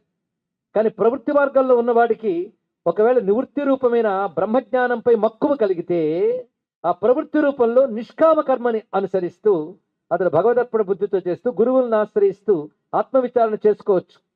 కానీ తన ఆశ్రమ మర్యాదలు మాత్రం అతిక్రమించరాదు. ఇది తెలుసుకోవాల్సింది. కానీ ప్రవృత్తి రూప నివృత్తి రూపమైన 2 ధర్మములు మనకు వేదం చెప్తున్నది. ఆ 2 ధర్మములు కాలగతిలో దెబ్బతింటే ఆ ధర్మ పరిరక్షణ కోసం స్వామి అవతరిస్తాడు అన్నమాట. ఆయనే చెప్పుకున్నాడు కదా, పరిత్రాణ సాధున వినాశాయ దుష్కృతం. కానీ ప్రవృత్తి రూప నివృత్తి రూప ధర్మములు అధర్మం యొక్క వ్యాప్తి చేత దెబ్బతిన్నా తెలియకుండా పోయిన 2 విధాలు. ఒకటి పూర్తిగా నశించడం, ఒకటి తెలియకుండా పోవడం ఒకటి. అవి జరిగినప్పుడు భగవానుడు తనను తాను అవతరింపజేసుకుంటాడు. అలా అవతరించిన భగవానుడు ఎవరయ్యా అంటే జగతః స్థితిం పరిపిపాలయుషు స ఆదికర్త నారాయణాక్ష విష్ణు. ఆ మాట వచ్చేటప్పటికి ఎంత పరవశంగా చెప్పారండి. ఇటువంటి ఆదిశంకర భగవత్పాదులు వారిని పట్టుకుని, ఆదిశంకరులు అంటే శైవులు, ఆయన విష్ణు భక్తికి విరుద్ధము అని చెప్పి ఆయన గురించి మాట ఎత్తేటప్పటికల్లా తెలియనటువంటి ఒక ద్వేషభావం, ఒక భేదభావం ఎవరైతే చూపిస్తారో వారికి కనీస అవగాహన కూడా లేదు అని మనం అర్థం చేసుకోగలగాలి. ఇక్కడ నిజంగా వాళ్ళకి విష్ణు భక్తి ఉంటే ఆదిశంకరులు తలంచుకోగానే వెంటనే విష్ణు భక్తుల్లో గొప్పవారు ఆదిశంకరులకు నమస్కారం చేసుకుంటారు, గురువుగా ప్రణమిల్లుతారు. తెలుసుకోండి ఇక్కడ ఆయన ఎంత అపారమైన విష్ణు భక్తిని చూపిస్తారు. అందుకే అనేక చోట్ల గీతా భాష్యంలో కృష్ణుడు అహం మాం మమ అని తన గురించి చెప్పిన ప్రతిసారి అహం అనగానే ఈశ్వర వాసుదేవ నారాయణ అని మాట్లాడతారు ఇక్కడ. అంటే ఆ కృష్ణుడు అక్కడ మాట్లాడుతున్నవాడు ఎవడంటే సాక్షాత్ పరమేశ్వరుడు, సాక్షాత్ నారాయణుడు అని ఎంత ప్రేమగా పదాలను చెప్తారండి. ఇక్కడ ప్రేమయే భక్తి అంటే ఆ ప్రేమ రూపమైన భక్తిని దృఢంగా ప్రకటించినటువంటి ప్రతిష్ఠ చేసిన వారు ఆదిశంకర భగవత్పాదుల వారు. ఆ ప్రేమ మార్గంలోనే అనేక మంది భక్తులు పరమాత్మని రకరకాల సిద్ధాంతాలతో ఉపాసన చేసినటువంటి వారు. కానీ వేద సమ్మతమైన భక్తి మార్గాన్ని త్వమస్మాకం, నువ్వు మావాడివి, నేను నీవాడు అనేది వేదమే చెప్తున్నది. ఇక్కడ ప్రేమ భావం భక్తి భావం వేద ప్రామాణ్యం నుంచి వచ్చేది. తెలియక కొత్త కొత్త పరిశోధకులు బయలుదేరి మొట్టమొదటి వేదం యజ్ఞ రూపంలో ఉండేది, తర్వాత జ్ఞానంగా వచ్చింది, తర్వాత భక్తి అనే ఉద్యమం వచ్చింది అన్నాడు. భక్తి ఉద్యమం తర్వాత రాలేదు, వేదంతో పాటు ఉంది. తెలుసుకోండి ఇక్కడ ధర్మోద్యమం, భక్తి ఉద్యమం, వేదాంత ఉద్యమం, 3 ఉద్యమాలు వేదోద్యమాలే. వేదమే ప్రధానం. అందుకే శైవులైన వైష్ణవులైన ఎవరైనా వేదంతో కలుస్తారు. కానీ అందరినీ కలపాలంటే వేదంతో కలపాలి. వేదం మనందరికీ శిరోధార్యం. కనుక ఆదిశంకరులు మళ్ళీ చెప్తున్న వేదధర్మ ప్రతిష్టాత అని దాని ప్రమాణంగా తీసుకుని కలిపారండి ఇక్కడ. అందుకే ఇక్కడ నారాయణాక్ష విష్ణు ఆదికర్త భౌమస్య బ్రహ్మణ బ్రాహ్మణత్వశ్చ రక్షణార్థం దేవక్యా వసుదేవ తంశేన కిల సంబభూవ అనే వాక్యాన్ని అక్కడే రచించారు. ఇక్కడ ఎవరైతే ఆదికర్త నారాయణుడు విష్ణు ఉన్నాడో అతడు ఈ భూమిని రక్షించడం కోసం, భూమి యందు బ్రహ్మను రక్షించడం కోసం, బ్రాహ్మణ్యాన్ని రక్షించడం కోసం వచ్చాడు. ఇక్కడ మళ్ళీ తెలుసుకోవాల్సి ఉంది. ఎందుకంటే సనాతన ధర్మాన్ని దెబ్బతీయడానికి ఎన్ని రకాల కుట్రలు జరుగుతున్నాయో తెలుసుకోవాలి మనం. బయట నుంచి జరిగేవి తెలియాలి, లోపల నుంచి జరిగేవి తెలియాలి, అందరినీ కలపాలి. అందుకే ఎవరి సంప్రదాయం వారు పాటిస్తూనే సనాతన ధర్మంలో అన్ని సంప్రదాయాల్ని గౌరవించగలగాలి. అది భగవత్పాలు వారు ఎంత చక్కగా చెప్పారు చూడండి. భగవంతుడు అవతారం దేనికంటే బ్రహ్మణః బ్రాహ్మణత్వస్య. ఏమిటి దీని ఉద్దేశం? బ్రహ్మ అనే శబ్దానికి ఏమిటి? మళ్ళీ వైదిక నిరుక్తాధారంగానే చెప్పుకోవాలి. బ్రహ్మ అనగా తపస్సు, ధర్మము, జ్ఞానము, వేదము, పరమాత్మ, ఇన్ని అర్థాలు ఉన్నాయి. కానీ బ్రహ్మని రక్షించుట అంటే అర్థం ధర్మాన్ని, తపస్సుని, జ్ఞానాన్ని రక్షించడం. ఇది గ్రహించవలసింది. ఎందుకు వాటిని రక్షించాలంటే అవి లోకాన్ని రక్షిస్తావి, కానీ వాటిని రక్షించాలి. కానీ అవే జీవనంగా ఎవరైతే ఉంటారో వారిని కూడా రక్షించాలి. ఎందుకంటే వారి ద్వారా ధర్మము ఒక విగ్రహం కాదు, తపస్సు ఒక విగ్రహం కాదు. ఈ ధర్మము, తపస్సు మొదలైనవి జీవనంగా ఎవరైతే ఉంటారో వారిని రక్షించాలి. ఆ రెండూ రక్షింపబడితే ధర్మం అంతా కాపాడబడుతుంది. కనుక ఏదో ఒక వర్ణం వారికి సంబంధించిన అంశం కాదు, అన్ని వర్ణాల క్షేమం కోసం బ్రాహ్మణ్యం రక్షింపబడాలి అని చెప్పి సర్వవర్ణ క్షేమం కోసం, సర్వలోక క్షేమం కోసం తపస్సు, ధర్మము, జ్ఞానము రక్షింపబడాలి. తపోధర్మ జ్ఞాన రూపమైన పరబ్రహ్మ యొక్క తత్వము వ్యాపించబడాలి అనే ఉద్దేశంతో భగవానుడు అవతరించాడు. దేవకీదేవి యొక్క గర్భంలో అవతరించాడు. ఈ వాక్యం తీసుకున్నప్పుడు భగవత్పాదుల వారు మహాభారతంలో భీష్ముడు చెప్పిన మాటని యథాతథంగా తీసుకున్నారు. ఇక్కడ భౌమస్య రక్షణార్థం దేవకి అజీజనత్ అనేటువంటి మాట ఏది ఉందో అది అలాగ వసుదేవాద్ అజీజనత్ అనే మాటని యథాప్రకారంగా ఆ వాక్యంలో ఇమిడ్చారు భగవత్పాదుల వారు. ఇక్కడ భీష్ముడు చెప్పిన మాటని దేవక్యా వసుదేవా తంసేన కిల సంబభూవా అని మొదటే తెలియజేశారు. అంతేకాదు మరికొన్ని శ్లోకాలు అయ్యాకంటారు, మయి సర్వాణి కర్మాని సన్యస్య అధ్యాత్మచేతస నిరాశీ నిర్మమో భూత్వా యుద్ధస్య విగత జ్వర అనే మాటలో మయి సర్వాణి కర్మాని, నాయందే సర్వకర్మలు అర్పించి అధ్యాత్మ బుద్ధితో నువ్వు ఆశని విడిచిపెట్టి, మమకారాన్ని విడిచిపెట్టి యుద్ధాన్ని చేయని చెప్పాడు. ఒక్క శ్లోకంలో ఉందండి. నీ కర్తవ్యాన్ని నువ్వు ఎలా చేయాలి? కర్తవ్యం నుంచి పారిపోనక్కర్లేదు, అలాగని కర్మలు మానేయక్కర్లేదు. మరి కర్మలు బంధిస్తాయి కదా అంటే ఒక పని చేయి, నాకు అర్పించే అన్నాడు. అప్పుడు నిన్ను బంధించమన్నాడు. ఎలా అర్పించాలి? మయి సర్వాణి, మయి అన్నప్పుడు నాయందు. నాయందు అంటే శివుని యందు, విష్ణువు యందా? అంత అందంగా చెప్తారంటే భగవత్పాదుల వారు ఇక్కడ మయి వాసుదేవే పరమేశ్వరి సర్వజ్ఞే సర్వాత్మని. ఒక్క మయి అనే మాటకి విశేషణంగా ఎన్ని చెప్పారో చూడండి. వాసుదేవుణ్ణైన నాయందు, పరమేశ్వరుణ్ణైన నాయందు, సర్వజ్ఞుణ్ణైన నాయందు, పరమాత్మ అయిన నాయందు, నలుగురు యందు కదా. కాదు బాబు, 4 లక్షణాలు కలిగిన నా ఒక్కని యందు అని అర్థం ఇక్కడ. అంటే తానే సర్వజ్ఞుడు, తానే సర్వాత్ముడు, తానే పరమేశ్వరుడు, తానే వాసుదేవుడు. ఆయనే ఇక్కడ కృష్ణ రూపంతో నిలబడి మాట్లాడుతున్నాడు ఇక్కడ. కానీ కృష్ణుని చూడగానే కలగవలసిన భావం ఏమిటి? ఆయన ఒక అవతార మూర్తిగా ధరించి ఉన్నాడని కాదు, ఆయన అవతార మూర్తిగా కనబడుతున్నప్పటికీ ఆయన సర్వవ్యాపకుడు, సర్వజ్ఞుడు, పరమేశ్వరుడైన బ్రహ్మభావన ఆయన కలిగి ఉపాసించు, అప్పుడు సగుణ బ్రహ్మభావన అవుతుంది అని తెలియజేస్తున్నారు. ఆ విషయమైన ప్రబోధ సుధాకరంలో సగుణ నిర్గుణ సమన్వయ అవతారంగా కృష్ణ పరమాత్మ ప్రతిపాదన చేస్తారు. అంత కృష్ణుడంటే ఇష్టం. ఆ ఇష్టం కాలడి నుంచి బయలుదేరినప్పుడు విగ్రహ ప్రతిష్ఠిత ఆగలేదు. తర్వాత బ్రహ్మసూత్ర భాష్యం రచించేటప్పుడు, ఉపనిషత్ భాష్యం రచించేటప్పుడు కూడా ఆయన యందు ఆ బ్రహ్మభావన అలా ఉంటూ ఆ రెండింటి సారరూపంగా భగవద్గీతకే భాష్యం రచించాడు. ఎందుకంటే కృష్ణుని మాట చాలు అని, కృష్ణుని యందు ప్రీతి చేతని ఆయన మాటకే భాష్యం రచించాడు మహానుభావుడు. అక్కడతో ఆగేరా? ఆ బదరికా క్షేత్రం దగ్గరే ఆయన ప్రవహిస్తున్న గంగానదీ తీరంలో ధ్యానం చేస్తూ ఉంటే ఇందులోనే కాలాంతరంలో నిమగ్నమైపోయిన నా మూర్తిని తీసి ప్రతిష్ఠ చేయని విష్ణువు చెప్పాడు. అక్కడ వెంటనే భగవత్పాల్ వారు గంగలో ప్రవేశించి ఆ మూర్తిని తీసుకువచ్చి ప్రతిష్ఠ చేశారు బదరీలో. అదే ఇప్పుడు అందరం ఆరాధిస్తున్న బదరీ నారాయణమూర్తి. నారాయణ స్వామిని అక్కడ ప్రతిష్ఠ చేశారు ఇక్కడ. అంతేకాదు కాలడిలో ఇప్పటికీ కూడా గురువాయూరప్ప మందిరం ఉంది. అక్కడ నారాయణ ఆరాధన జరుగుతుంటుంది. ఆ నారాయణ ఆరాధన అచ్చంగా వైదిక సంప్రదాయంలోనే వేదము చెప్పిన పద్ధతిలోనే జరుగుతుంది. ఏమంటే మరి శంకర భగవత్పాల్ వారు 3 రేఖలు విభూతి పెట్టుకున్నారు కదా అని శైవుడు కదా అంటే, నాయన అది వేదిక పద్ధతి కనుక శైవం స్వీకరించింది. కానీ భస్మధారణ అనేటువంటి శైవంతో మొదలు కాదు, వేదములో ఉన్నది. అదేవిధంగా ఆగమాలు చెప్పినటువంటి ఊర్ధ్వపుండ్రధారణ ఇవన్నీ కూడా ప్రామాణికమే. ఎవరి సిద్ధాంతం వారికి తప్పకుండా ఋషులు ఇచ్చినదే కనుక అవి అనుసరించవలసినదే. ఒకప్పుడు ఒక విషయం జరిగిందండి, చిన్న అది గుర్తుకొస్తున్నది. కాంచీ యతీంద్ర శ్రీ శ్రీ శ్రీ చంద్రశేఖరేంద్ర సరస్వతి స్వామి వారు ఒకసారి మాట్లాడుతున్నారు. అనేక వేల మంది జనం ఉన్నారు. ఒక 2 రోజుల తర్వాత ఆ జనం నమస్కారానికి వచ్చేటప్పుడు ఒకరిని అడిగేటాను, నువ్వు మొన్న వచ్చినప్పుడు ఊర్ధ్వపుండ్రములు ధరించి వచ్చావు వైష్ణవ సంప్రదాయంలో, ఇవాళ తీసివేసి ఎందుకు వచ్చావు అని అడిగారు. అంటే ఇన్ని వేల మందిలో ఎవడు ఏం ధరించారు కూడా నేను గుర్తుపెట్టుకున్నారు చూడండి. అంటే నేను ఇదివరకు అది ఆ సంప్రదాయంలో ఉన్నాను, కానీ ఇప్పుడు మీది విన్నాక నాకు అంత సమానమేం తెలిసింది అంటే, కాదు నాయనా, నీ సంప్రదాయం నువ్వు పాటించు, ఈ తత్వాన్ని సిద్ధాంతాన్ని మనసులో పెట్టుకో చాలు, ఇక్కడ నీది మానక సుమ అన్నారు. అదేంటి శంకర సంప్రదాయంలోని గొప్పతనం. దేని గొప్పతనం దానికి ఉంటుంది. ప్రతి దానికి ప్రమాణాలు ఉన్నాయి. ఆగమాలు కూడా గొప్పవే. అందుకే సనాతన ధర్మానికి ప్రమాణ గ్రంథాలు తెలియాలి మనకు. నీ సోర్స్ ఆఫ్, నీ మతానికి ఆధార గ్రంథాలంటే ఎవరు చెప్పగలరు ఇక్కడ చెప్పండి. ఇక్కడ ఇంతమందిలో ఇంతమంది ఉన్నాం, హిందూ ధర్మం గొప్పదని అంటున్నాం. హిందూ ధర్మానికి ఆధార గ్రంథం అంటే ఏంటి చెప్తారు మీరు చెప్పండి. ఇక్కడ నేను అడుగుతున్నా, ఇవాళ పండితులకు తెలుసు, సామాన్య హిందువుకి, హిందూ ధర్మాన్ని అభిమానించే వాళ్ళకి ఒక్కసారి అడుగుతున్నాను, ప్రతి వాళ్ళకి వాళ్ళ మత గ్రంథం ఉంది కదా, నీ మతానికి గ్రంథం ఏది? నేను ఇందాక కొంచెం ఉప్పందించాను, వేదం. అది ఒప్పుకోవాల్సింది. ఇక్కడ వేదమే మనకు ఆధార గ్రంథం, అందులో సందేహం లేదు.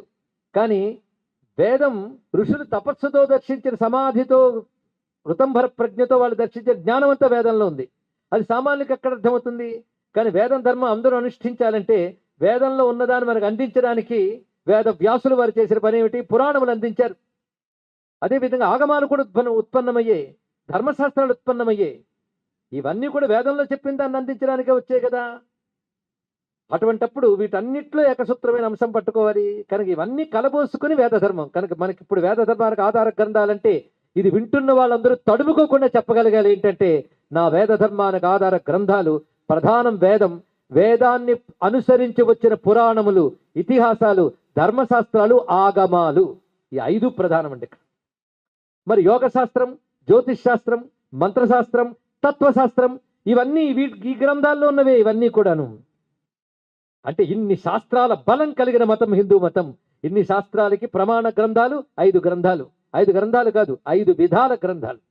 ఇక్కడ మంత్రశాస్త్రాలు అనేకం. వీటన్నిటి చక్ర సమన్వయించుకోవాలి. కానీ ఆగమాల్లో కూడా చెప్పిన పద్ధతులన్నీ ఋషులు ఇచ్చినవే. కానీ వాటికి విలువ ఉంది, వాటికి మహిమ ఉంది. వాటిని మనం గౌరవించాలి. ప్రతి సంప్రదాయంలో గౌరవం ఉంది. అయితే వేదం ప్రధానంగా మనకి జాబాలు ఉపనిషత్తు మొదలైన చోట్ల భస్మ ప్రాధాన్యాన్ని చెప్పింది. కానీ భస్మం కేవల శైవానికి కాదు. ఎందుకంటే యజ్ఞం, అగ్నిహోత్రం అనేది వేదం గౌరవించి అందరూ చేస్తారు కదా. మొత్తం అగ్నిహోత్రం చేశాక మిగిలేది ఏదండి చెప్పండి? ఇక్కడ స్పష్టంగా కనబడేది ఏది? భస్మమేగా. ఆ భస్మమే అకార ఉకార మకార బ్రహ్మ విష్ణు శివ ఈ 3 రూపాలతున్నది. దాన్ని మనం ధారణ చేస్తాం. అంటే వైదికమైనటువంటి పద్ధతి కనుకనే శంకర భగవత్పాల్ వారు స్వీకరించారు. అందుకని శైవం అనే ఒక శాఖకు చెందిందని మాత్రమే కాదు, అది వైదిక పద్ధతి కనుక వేదంలో ఒక శాఖ అయిన శైవం కూడా స్వీకరించింది. ఇది మనం గమనించుకోవాల్సిన అంశం ఇక్కడ. అందుకు శంకరులు పూర్తిగా వేద ధర్మం యొక్క మూర్తి ఆయన. అయితే శంకరులు శివాంశ సంభూతులు కనుక ఆయన శివాంశ సంభూతుడు అన్నారు కనుక ఆయన కేవలం శైవులు అనేటటువంటి వాళ్ళు సరిగ్గా శంకరుల గురించి ఏమీ తెలియని వారని మనం తెలుసుకోవాలి. ఇక్కడ ఏమీ తెలియని అజ్ఞానులకి శంకరులు శైవులు అని ప్రతిపాదన చేస్తున్నారు. తప్పు. శంకరులు సమగ్ర వేద ధర్మ హిందూ ధర్మానికి ఆచార్యులు. ఇక నుంచి ఆ భావం తెలుసుకోండి. ఇక్కడ వైష్ణవాచార్యులు కొందరున్నారు, శైవాచార్యులు కొందరున్నారు. వారి పాదపద్మాలకు కూడా మేము నమస్కరిస్తాం. తప్పేమీ లేదు. ఇక్కడ వారు చాలా గొప్పవారు. వారి వల్ల విష్ణుభక్తి కొందరి వల్ల, శివభక్తి కొందరి వల్ల వ్యాప్తి జరిగింది. అందులో మహాత్ములు ఉద్భవించారు. నయనార్లు కానీ, అదేవిధంగా ఆల్వార్లు కానీ ఇలాంటి మహాత్ములు ఉద్భవించారు. వాళ్ళు ఎంతో గొప్ప వాంగ్మయాన్ని మనకి ఇచ్చారు. వాటిని అనుసరించి మనం భగవంతుని తలంచుకుని పులకించిపోతున్నాం. కానీ భగవద్ అనుభూతికి ఆధారమైన వాక్యం ఎవడు చెప్పినా మనకు ఆచార్యులేనండి. ఇంకా దానికి ఏమున్నది ఇక్కడ? అయితే భగవత్పాలు వారి గురించి వైష్ణవం మాట్లాడేటప్పుడు, శైవం మాట్లాడేటప్పుడు మాత్రం విష్ణు అనే మాటకి సర్వవ్యాపకుడైన పరమాత్మ అని అర్థం. ఇక్కడ ఆ సర్వవ్యాపకముగా బ్రహ్మమును గ్రహించే వాళ్ళు ఎవరున్నారో, ఆ బ్రహ్మమును ఆశ్రయించిన వాళ్ళు ఎవరున్నారో వాళ్ళు వైష్ణవులు. కనుక ఏది బ్రహ్మపదమో అదే వైష్ణవ పదం, ఏది బ్రహ్మమో అది వైష్ణవం, మరొకటి కాదు. అది వైష్ణవ శబ్దం ఎక్కడెక్కడ వాడుతున్నారో చూడండి. మయి సర్వాణి కర్మాణి అంటే వాసుదేవే పరమేశ్వరి సర్వజ్ఞే సర్వాత్మని సర్వాణి కర్మాణి సన్యస్య అంటే నిక్షిప్య అధ్యాత్మ చేతస వివేక బుద్ధ్యా. అధ్యాత్మ బుద్ధితో నాకు అర్పించు అన్నాడు. అధ్యాత్మ బుద్ధి అంటే ఏమిటండి? నేను ఇవాళ ఉదయం పూజ చేశానండి, కృష్ణార్పణ అన్నాను కనుక నేను ఈశ్వరార్పణ చేశాను. అది కాదయ్యా, ఈశ్వరార్పణ చేయడంతో పాటు అధ్యాత్మ బుద్ధి ఉండాలి. ఎందుకంటే అధ్యాత్మ జ్ఞాన నిత్యత్వం తత్వజ్ఞానార్థ దర్శనం ఏత జ్ఞానమితి ప్రోక్తం అజ్ఞానం యదతోన్యథా. స్వామి చెప్పిన మాట ఇక్కడ. అధ్యాత్మ చేతస్సు ఉండాలి. అధ్యాత్మ చేతస్సు అంటే వివేక బుద్ధి అన్నాడు. వివేక బుద్ధి అంటే ఏంటో తెలుసా? మళ్ళీ భగవత్పాదుల వారిని అడుగుదాం, నన్నెందుకు. అహంకర్త ఈశ్వరాయ భృత్యవత్ కరోమి. నేను చేస్తున్నాను, ఈశ్వరుడికి భృత్యుల్లా చేస్తున్నాననే భావంతో. ఎందుకంటే వాడు సాధన దశలో ఉన్నాడు కదా, అందుకే మయి సర్వాణి కర్మాణి అధ్యాత్మ చేతస, వివేక బుద్ధితో అనగా ఈశ్వరాయ భృత్యవత్ కరోమి ఇది అనయా బుద్ధ్య. ఈ బుద్ధితో చేసి క్రమంగా నిరాశీహి నిర్మమో భూత్వా, ఆసని మమకార అహంకారాలు విడిచిపెట్టినటువంటి వాడు క్రమంగా నన్ను పొందుతాడు అని కృష్ణ పరమాత్మ చెప్పిన వాడికి భాష్యం అంత చక్కగా అందించారు. అలాగే యాంతి దేవవ్రతాన్ దేవాన్ అనే శ్లోకంలో యాంతి మధ్యాజినోపిమా, ఎవరెవరు ఎవరిని ఆరాధిస్తారో ఆ భావాన్ని పొందుతారు, నన్ను ఆరాధించిన వారు నా భావాన్ని పొందుతారు అని కృష్ణుడు చెప్తాడు. దానికి శంకరుడు చేసిన భాష్యం ఏమిటి అంటే మధ్యాజిన మధ్యజనశీలాక వైష్ణవాహ అని వాట వేశారు ఇక్కడ. అంటే నన్ను ఆరాధించడమే స్వభావంగా కలిగిన వైష్ణవులు నన్ను పొందుతారు అన్నాడు ఇక్కడ. అంటే పరమాత్మ భక్తులకి ఆయన పెట్టిన పేరు వైష్ణవు కనుక వైష్ణవుడు అనగా శంకర భగవత్పాదుడికి ఎంత ప్రీతి అంటే తాను వైష్ణవుడు, తెలుసుకోండి ఇక్కడ. కనుకనే మనం వైష్ణవం అయితే మాత్రం శంకరులను పరమ వైష్ణవుడిగా గౌరవించవలసినదే అని చెప్పారు ఇక్కడ. అదేవిధంగా విశ్వరూప సందర్శన యోగం అప్పుడు అర్జునుడు మాట్లాడుతూ అంటాడు ఇక్కడ, ద్రష్టుమిచ్చామి తే రూపం ఐశ్వరం పురుషోత్తమ అన్నాడు ఇక్కడ. నీ యొక్క ఐశ్వర రూపం, ఐశ్వర రూపం అంటే జ్ఞానైశ్వర్య శక్తి బల వీర్య తేజోభి సంపన్నం ఐశ్వరం. అంటే పరమాత్మ సృష్టి శ్రేయులన్నీ చేస్తున్నాడంటే ఆయన జ్ఞానము ఐశ్వర్యము శక్తి బలం ఎంత గొప్పది. ఇవన్నీ కలిగిన రూపం ఐశ్వరం రూపం. ఆ ఐశ్వరం రూపం, ఐశ్వరం వైష్ణవం రూపం అని భాష్యంలో రచించారు భగవత్పాల్ వారు. మళ్ళీ వైష్ణవ శబ్దం ఎక్కడెక్కడ వైష్ణవ శబ్దాన్ని శంకరులు ప్రతిపాదన చేశారు, చూపించడం జరుగుతుంది ఇక్కడ. అలాగే తతపదం తత్పరిమార్గితవ్యం యస్మిన్ గతాన నివర్తంతి భూయః తమేవ చాజ్యం పురుషం ప్రపంచే యత ప్రవృత్తి ప్రసృత పురాణి. ఈ శ్లోకానికి భాష్యం రాస్తూ తత పదం తత్పరిమార్గితవ్యం, ఆ పదమును అన్వేషించు అంటే ఆ పదం పొందడానికే ప్రయత్నించు, బ్రతుకున్నంత కాలం తత్పదాన్ని పొందడానికి ప్రయత్నించు. తత్పదం చితిస్ తత్పద లక్ష్యార్థ చిరేకర స్వరూపిణి, అక్కడ అదే మాట. ఇది సమన్వయించుకోవాలండి. అందుకే ఒకే గ్రంథం చదివి ఒకటే పట్టుకుంటే ఇదే ఉందంటాం, మరో గ్రంథం కూడా చదవాలి. కానీ విష్ణువు తప్ప మరో దేవుడు లేడని కఠినంగా మాట్లాడుతూ ఆ దేవుడి పేరే వినరాదు. అంతేగాని ఇంకో మాట, మేము ఏం దేవుడిని ద్వేషించమండి, మా దేవుడిని గౌరవిస్తాం అంతే. అంతేగాని మా దేవుడి చేత అపాయింటెడ్ ఆ దేవుడు అన్నాడంటే వాడు ద్వేషించలేదు కానీ కించపరిచాడు. ఇది తెలుసుకోండి ఇక్కడ. మన సిద్ధాంతాన్ని అందలమెక్కించడం ఎంత అవసరమో ఇతర సిద్ధాంతాన్ని అధక్కరించకుండా ఉండడం కూడా అంతే అవసరం తెలుసుకోవాలి ఇక్కడ. వాడి మనస్సు కించపరిచినట్టు మాట్లాడితే వాడికి ఏమనిపిస్తుంది? కోపం వస్తుంది. అంతవరకు విష్ణువు గొప్పవాడంటే వాడు ఏమనడు, కానీ అతడి కంటే శివుడు తక్కువ వాడన్నా, శివుడి కంటే విష్ణువు తక్కువ వాడన్నా తప్పకుండా మనస్సు కించబడుతుందండి. మానవ స్వభావం కించబడగానే వాడికి కోపం వస్తుంది. వాడు కోపం వచ్చి వాడి పుస్తకాలు వాడు పట్టుకొచ్చి వాడు యుద్ధం చేస్తాడు. క్రమంగా మిగిలేదు యుద్ధం తప్ప భక్తి మిగిలిది, తెలుసుకోండి ఇక్కడ. అందుకే ఆయా సంప్రదాయాలను ప్రవర్తింపజేసే ఆచార్యులు చాలా అవసరం. కానీ అదే సమయంలో ఇతర దేవతల్ని ఇతర ఆచార్యుల్ని అవహేళన చేయవద్దని వాళ్ళకి సభాముఖంగా మనవి చేసుకుంటున్నాం ఇక్కడ. ఇది చాలా అవసరం ఇక్కడ. అవహేళన చేయకండి. ఎందుకంటే కేవలం సిద్ధాంతాభిమానంతో అవహేళన చేస్తున్నారు కానీ సర్వ సిద్ధాంతాలను అధ్యయనం చేసి వాళ్ళు మాట్లాడట్లేదు. ఒకవేళ అలా అన్ని అధ్యయనం చేయగలిగే ఉదార హృదయం ఉంటే మాత్రం తప్పకుండా గౌరవిస్తాం ఇక్కడ. అది తెలుసుకోవాల్సినది. అందుకే అధక్కరించకూడదు, అవమానించకూడదు. ఇది చాలా అవసరం. అందుకే తత్పద లక్ష్యార్థ అన్నప్పుడు అక్కడ తత్పదం అనే చెప్పింది లలితా సహస్రనామం. అందుకే తత్పదం అన్నప్పుడు పురాణములన్నింటిలో ఏ దేవతా పురాణంలో తత్పదం ఆ దేవత పరంగా అనువర్ణింపబడింది. అసలు తత్పదం అంటే ఏమిటి? తతః పదం తత్ పరిమార్గితవ్యం. ఆ తర్వాత తత్పదాన్ని అన్వేషించాలి ప్రతివాడు. అన్వేషించాలంటే ఆ తత్పదం పొందడానికి ప్రతివాడు సాధన చేయాలి. కనుక మానవ జన్మ ఎందుకు వచ్చిందంటే తత్పదాన్ని పొందడానికి. తత్పదం అంటే బ్రహ్మపదం.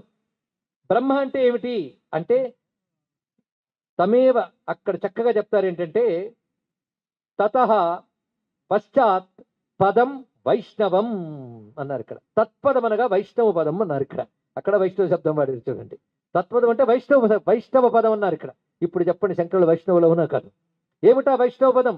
బ్రహ్మమే సర్వత్రా వ్యాపించి ఉన్నది, వ్యాపించినంతా బ్రహ్మమే అనే సత్యం. కానీ వ్యాపకమే వైష్ణవమైనప్పుడు బ్రహ్మము తప్ప మరొకట్లేదు. ఎంత వ్యాపించాడు అంటే, జగత్తు వేరుగా ఆయన వేరుగా ఉన్నాడు అంటే వ్యాపకత్వం లేదుగా. జగత్తు వేరైపోయింది, కానీ జగత్తు అని వేరే వస్తువు లేదయ్యా, అంతా వ్యాపించి ఉన్నాడు. వ్యాపించింది బ్రహ్మం మాత్రమే. వేరుగా కనబడుతుంది కదంటే అది సమస్య కనుకే దాన్ని పరిష్కరించుకోమని చెప్తున్నాం ఇక్కడ. వేరుగా కనబడటం భ్రాంతి. ఆ భ్రాంతిని తొలగించే ప్రయత్నం చేసుకో, సాధన చేయి, అప్పుడు ఉన్నది బ్రహ్మమే అని ఎరుక కలుగుతుంది. అది పదం పరిమార్గితవ్యం అనే మాటకి నిర్వచనంలో వైష్ణవం అన్నమాట చెప్పారు. అంతేకాదు, తమేవ శరణం గచ్చా సర్వభావేన భారత అనేటువంటి మాటలో కూడా తత్ప్రసాదాత్ పరం శాంతిం స్థానం ప్రాప్స్యసి శాశ్వతం అనే శ్లోకంలో, కృష్ణుడి యొక్క ఈ శ్లోకం 18వ అధ్యాయంలో వస్తుంది. మీరు గమనించలేదు ఏమో కానీ, నేను మొదటి నుండి చివరి వరకు అన్ని అధ్యాయాల్లో ముఖ్య అధ్యాయాల నుంచి శ్లోకాలు ఇక్కడ చెప్పడం జరిగింది. ప్రతి అధ్యాయంలో వైష్ణవ శబ్దం ఎక్కడెక్కడ వాడారు చెప్తున్నాం. కనుక ఆదిశంకరుల వైష్ణవం ఇవాళ ప్రతిపాదన జరుగుతుంది. తమేవ ఈశ్వరం శరణం ఆశ్రయం. ఆ ఈశ్వరుని శరణ వేడాలి. దేనికంటే సంసారార్థి హరణార్థం. చాలా గొప్పగా చెప్పారు. అందుకే సంసారధ్వాంతి వినాశం హరిమీడే అని హరిమీడే స్తవం అని భగవత్పాదుల వారు 43 శ్లోకాల స్తోత్రం రచించారు. 44వ శ్లోకం ఫలశ్రుతి. 43 శ్లోకాలు హరిమీడే స్తవం చదివితే తైత్తిరీయ ఉపనిషత్తు, చాందోగ్యోపనిషత్తు, బృహదారణ్యకోపనిషత్తు, ఉపనిషత్తులన్నీ అందులో కనబడతాయి మీకు. అంటే సర్వోపనిషత్ సారం హరి ఈడే. ఈడే అంటే స్తుతిస్తున్నాను అని అర్థం. ఇక్కడ హరిని స్తుతిస్తున్నాను అనే మకుటం పెట్టి సర్వ ఉపనిషత్తులు చెప్పారు ఇక్కడ. అంటే జ్ఞానం భక్తికి విరోధము కాదు అని చెప్తున్నారు ఇక్కడ. సర్వోపనిషత్ ప్రతిపాద్యమైన ఔపనిషత్ బ్రహ్మమునే మేము హరి అని ఉపాసిస్తున్నాం. సగుణ బ్రహ్మముగా ఉపాసించినప్పుడు ఆయన లీలామూర్తిధారిని ఆరాధిస్తాం. అందుకే ఆ స్వామి సత్యం జ్ఞానం అనంతం బ్రహ్మ, అది బ్రహ్మ యొక్క లక్షణం. కానీ ఆయనే జగద్రక్షణ కోసం లీలారూపాన్ని ధరించినప్పుడు ఆ సత్యజ్ఞాన అంతతత్వానికి ఏమి కొదవ ఉండదు, కొరత ఉండదు. కనుక లీలామూర్తిగా సగుణ రూపంగా ఉపాసిస్తున్న ఆయన తత్వస్ఫురణ మాకు పోదు. అందుకే సత్యం జ్ఞానమనంతం నిత్యమనాకాశం పరమాకాశం గోష్ఠ ప్రాంగణ రింగణ లోలమనాయాసం భువనాయాసం మాయా కల్పిత నానాకారమనాకారం భువనాకారం క్ష్మామానాథమనాథం ప్రణమత గోవిందం పరమానందం గోవిందం పరమానందం గోవిందం పరమానందం. ఎంత ఆనందంతో ఆయన కీర్తన చేశారండి. నా సంగీతం రాదు, రాగాలు తెలియవు, చదివేనంతే. చదివితేనే గీతంలా కనిపించి నాట్యం చేయాలనిపించింది అందమైన సాహిత్యాన్ని మహానుభావుడు అందించారు ఇక్కడ. దీని సిద్ధాంతాల దాకా ఎందుకు? కృష్ణుడు కనబడ్డాడా లేదో చెప్పండి. గోష్ఠ ప్రాంగణ రింగణ లోలం. ఎంత అందమైనటువంటి మాట. గోశాలలో ఆడుకుంటూ తిరుగుతున్నటువంటి వాడికి నమస్కారం. ఇది గోశాలలో ఆడుకుంటూ తిరుగుతున్న బాలుడు ఎవరయ్యా అంటే, మాకు తెలుసువయ్యా, సత్యం జ్ఞానమనంతం నిత్యం. ఎంత అందమైన స్ఫురణ. సత్యము జ్ఞానం అనంతం అని ఏదైతే ఉపనిషత్తు సత్య జ్ఞానం అనంతం బ్రహ్మ అని చెప్పిందో ఆయనే అని అసలు స్వరూపం ఏంటి? పరమానందం. అది ఉపాధిని ఆశ్రయించినటువంటి ఆనందం కాదు, నిరుపాధికమైనటువంటి ఆనంద స్వరూపం, ఆనందం తానైనటువంటి స్వరూపం. అది పరమానందం. అదిగో ఆడుకుంటుంది. గోష్ఠ ప్రాంగణ రింగణ లోలం. ఏదో కష్టపడి ఇవన్నీ నడుపుతున్నాడా? అనాయాసం. అంతేకాదు, ఈ భువనాలన్నిటి కూడా నడుపుతున్న వానిలా కనబడతాడు, కానీ ఏమీ ఆయన దగ్గర లేదు. ఇది తెలుసుకో. ఇక్కడ అంత లీలగా ఇదంతా నిర్వహిస్తున్నాడు అని చెప్తూ, ఏ ఆకారము లేనివాడు మాయతో అనేక ఆకారమును ధరించున్నాడు. కనుక భగవానుడికి ఆకారం లేదు అంటే అర్థం ఆకారం ధరించలేడు అని మేము అనలేదు. ఆయన తన మాయాశక్తితో ఎన్ని ఆకారాలను ధరించగలడు, కానీ స్వతసిద్ధంగా నిరాకారుడు. అది అద్వైతులున్న ప్రధానం ఇక్కడ. స్వతసిద్ధంగా నిరాకారుడైన మాయతో ఏ ఆకారమైన ధరించగలడు. ఆయన మా కృష్ణ పరమాత్మ అంటూ గోవిందం పరమానందం అన్నప్పుడు ఆ గోవిందనామం ఒక్కడి చాలయ్యా. లేనిపోని భేషజాలు పెట్టుకుని ఎందుకలా నానా యాతన పడతావు నువ్వు? నహి నహి రక్షతి డుక్రున్కరణే. దీనికి ఎవరో వ్యాకరణ సూత్రం చదువుతూ ఉంటే వద్దు వద్దన్నారు శంకర భగవత్పాదుల వారు. అందుకు భజగోవిందం అన్నారు అని కాదు. డుక్రున్కరణే అంటే కర్మ మార్గాల్లోనే తరించిపోతాను అనుకోకయ్యా. కేవలం కర్మలతో తరించవు, ఆ గోవిందుని ఆశ్రయించు. ఎలా ఆశ్రయించాలి పద్ధతి చెప్తా విను అన్నాడు. గోవిందుని ఆశ్రయించవలసిన పద్ధతి అంతా భజగోవిందు శ్లోకాలు చెప్తున్నారు, సాధనా గ్రంథం ఇది. అని ఎలా ఆశ్రయించాలి అనేటువంటి దాన్ని గురుచరణాంబుజ నిర్భర భక్త సంసారా అంటూ మొత్తం మొదలుపెట్టాడు. గురుచరణాలను ఆశ్రయించు, వివేక బుద్ధి కలిగి ఉండ భజ గోవిందం, గోవిందుని భజించు. భజించడమే భక్తి కదా. ఇక్కడ గోవిందుని యందు భక్తి కలిగి ఉండు అని చెప్పాడు కదా ఆయన. ఇక్కడ ఎంత చక్కగా చెప్పాడు. ఆ భక్తి ఎలా ఉండాలి? వైష్ణవ భక్తి కావాలి అన్నాడు. వైష్ణవ భక్తి ఎలా ఉంటుందండి? నరేంద్ర మెహతా అనేటువంటి ఆయన గొప్ప గీతం రచించారు కదా వైష్ణవ జనతో. ఆ భజన ఎలాంటిదో శంకరులు గోవింద కీర్తన కూడా అలాంటిదే. అందులో చెప్తున్నారు ఆయన, త్వయి మయి చాన్యత్రైకో విష్ణు వ్యర్థం కుప్యశమయ్య సహిష్ణు. నీలో నాలో ఒకే విష్ణు ఉన్నాడు, ఎందుకు నా మీద అనవసరంగా కోపగించుకుంటావు అన్నాడు. అంటే అర్థం ఏంటంటే నీలో నాలో ఒకే విష్ణు ఉన్నాడు అన్నాక వైషమ్యాలు పోతాయా లేదా? అంటే వైషమ్యాలు పోవాలి అంటే ఒకటే మార్గం, నీలో నాలో అంతటా విష్ణువే ఉన్నాడు. ఆ విష్ణువని తెలిసాక ఇంక నువ్వు నేను అనే భావం పోవాలి. నీలో నాలో అన్నప్పుడు నువ్వు నేను అనే భావం ఉంది. ఎంతవరకు? నువ్వు నేను చూస్తున్నంతసేపు నీకు నాకు మధ్య ద్వేషం. నీలో నాలో విష్ణువు ఒకడే అని తెలిసినప్పుడు విష్ణువు దగ్గరకు వచ్చేటప్పుడు నీ నా పోయింది, విష్ణువుతో ఐక్యం ఏర్పడింది. అది తెలిసినప్పుడు విష్ణువు ఎందే నిష్ట కలిగినప్పుడు నీ నా ద్వేషం ఉంటుందా? అది వీరు నేమను మతిభ్రమణంబున భిన్నులై ప్రవర్తిల్లక సర్వమున్నతని దివ్య కళామయమంచు విష్ణునందుల్లము చేర్చి తారడవి నుండుట మేలు నిశాచరాగ్రణి అని చెప్పిన ప్రహ్లాదుడి మాటకి శంకర భగవత్పాదుల వారి మాటకి ఇసుమంత భేదం లేదు. అందుకే భాగవతంలో జ్ఞానభక్తుడైన వైష్ణవుడు ప్రహ్లాదుడైతే చరిత్రలో జ్ఞానభక్తుడైన వైష్ణవుడు శంకర భగవత్పాదుల వారు. వారిద్దరిది ఒకటే. తెలుసుకోండి, ఇక్కడ భేదమే వద్దయ్యా అన్నాడు. భేదభావాన్ని విడిచిపెట్టు. అందుకే శంకర సిద్ధాంతంలో ఉన్నటువంటి వారు ఎవరి సిద్ధాంతం వారు పాటిస్తేనే ఇతర సిద్ధాంతాన్ని గౌరవించగలిగే లక్షణం ఏర్పడుతుంది. అదే హిందూ ధర్మానికి బలం. ఆ బలం అద్వైతం వల్ల మనకు సాధించినది. అదే వైష్ణవం అనే శబ్దం అద్వైతానికి పర్యాయపదంగా వాడబడుతూ సర్వత్రా ఉన్న పరమాత్మ ఒక్కడే అనే సిద్ధిని మనకు తెలియజేస్తున్నది ఇక్కడ. అలా వైష్ణవ శబ్దాన్ని వాడారు.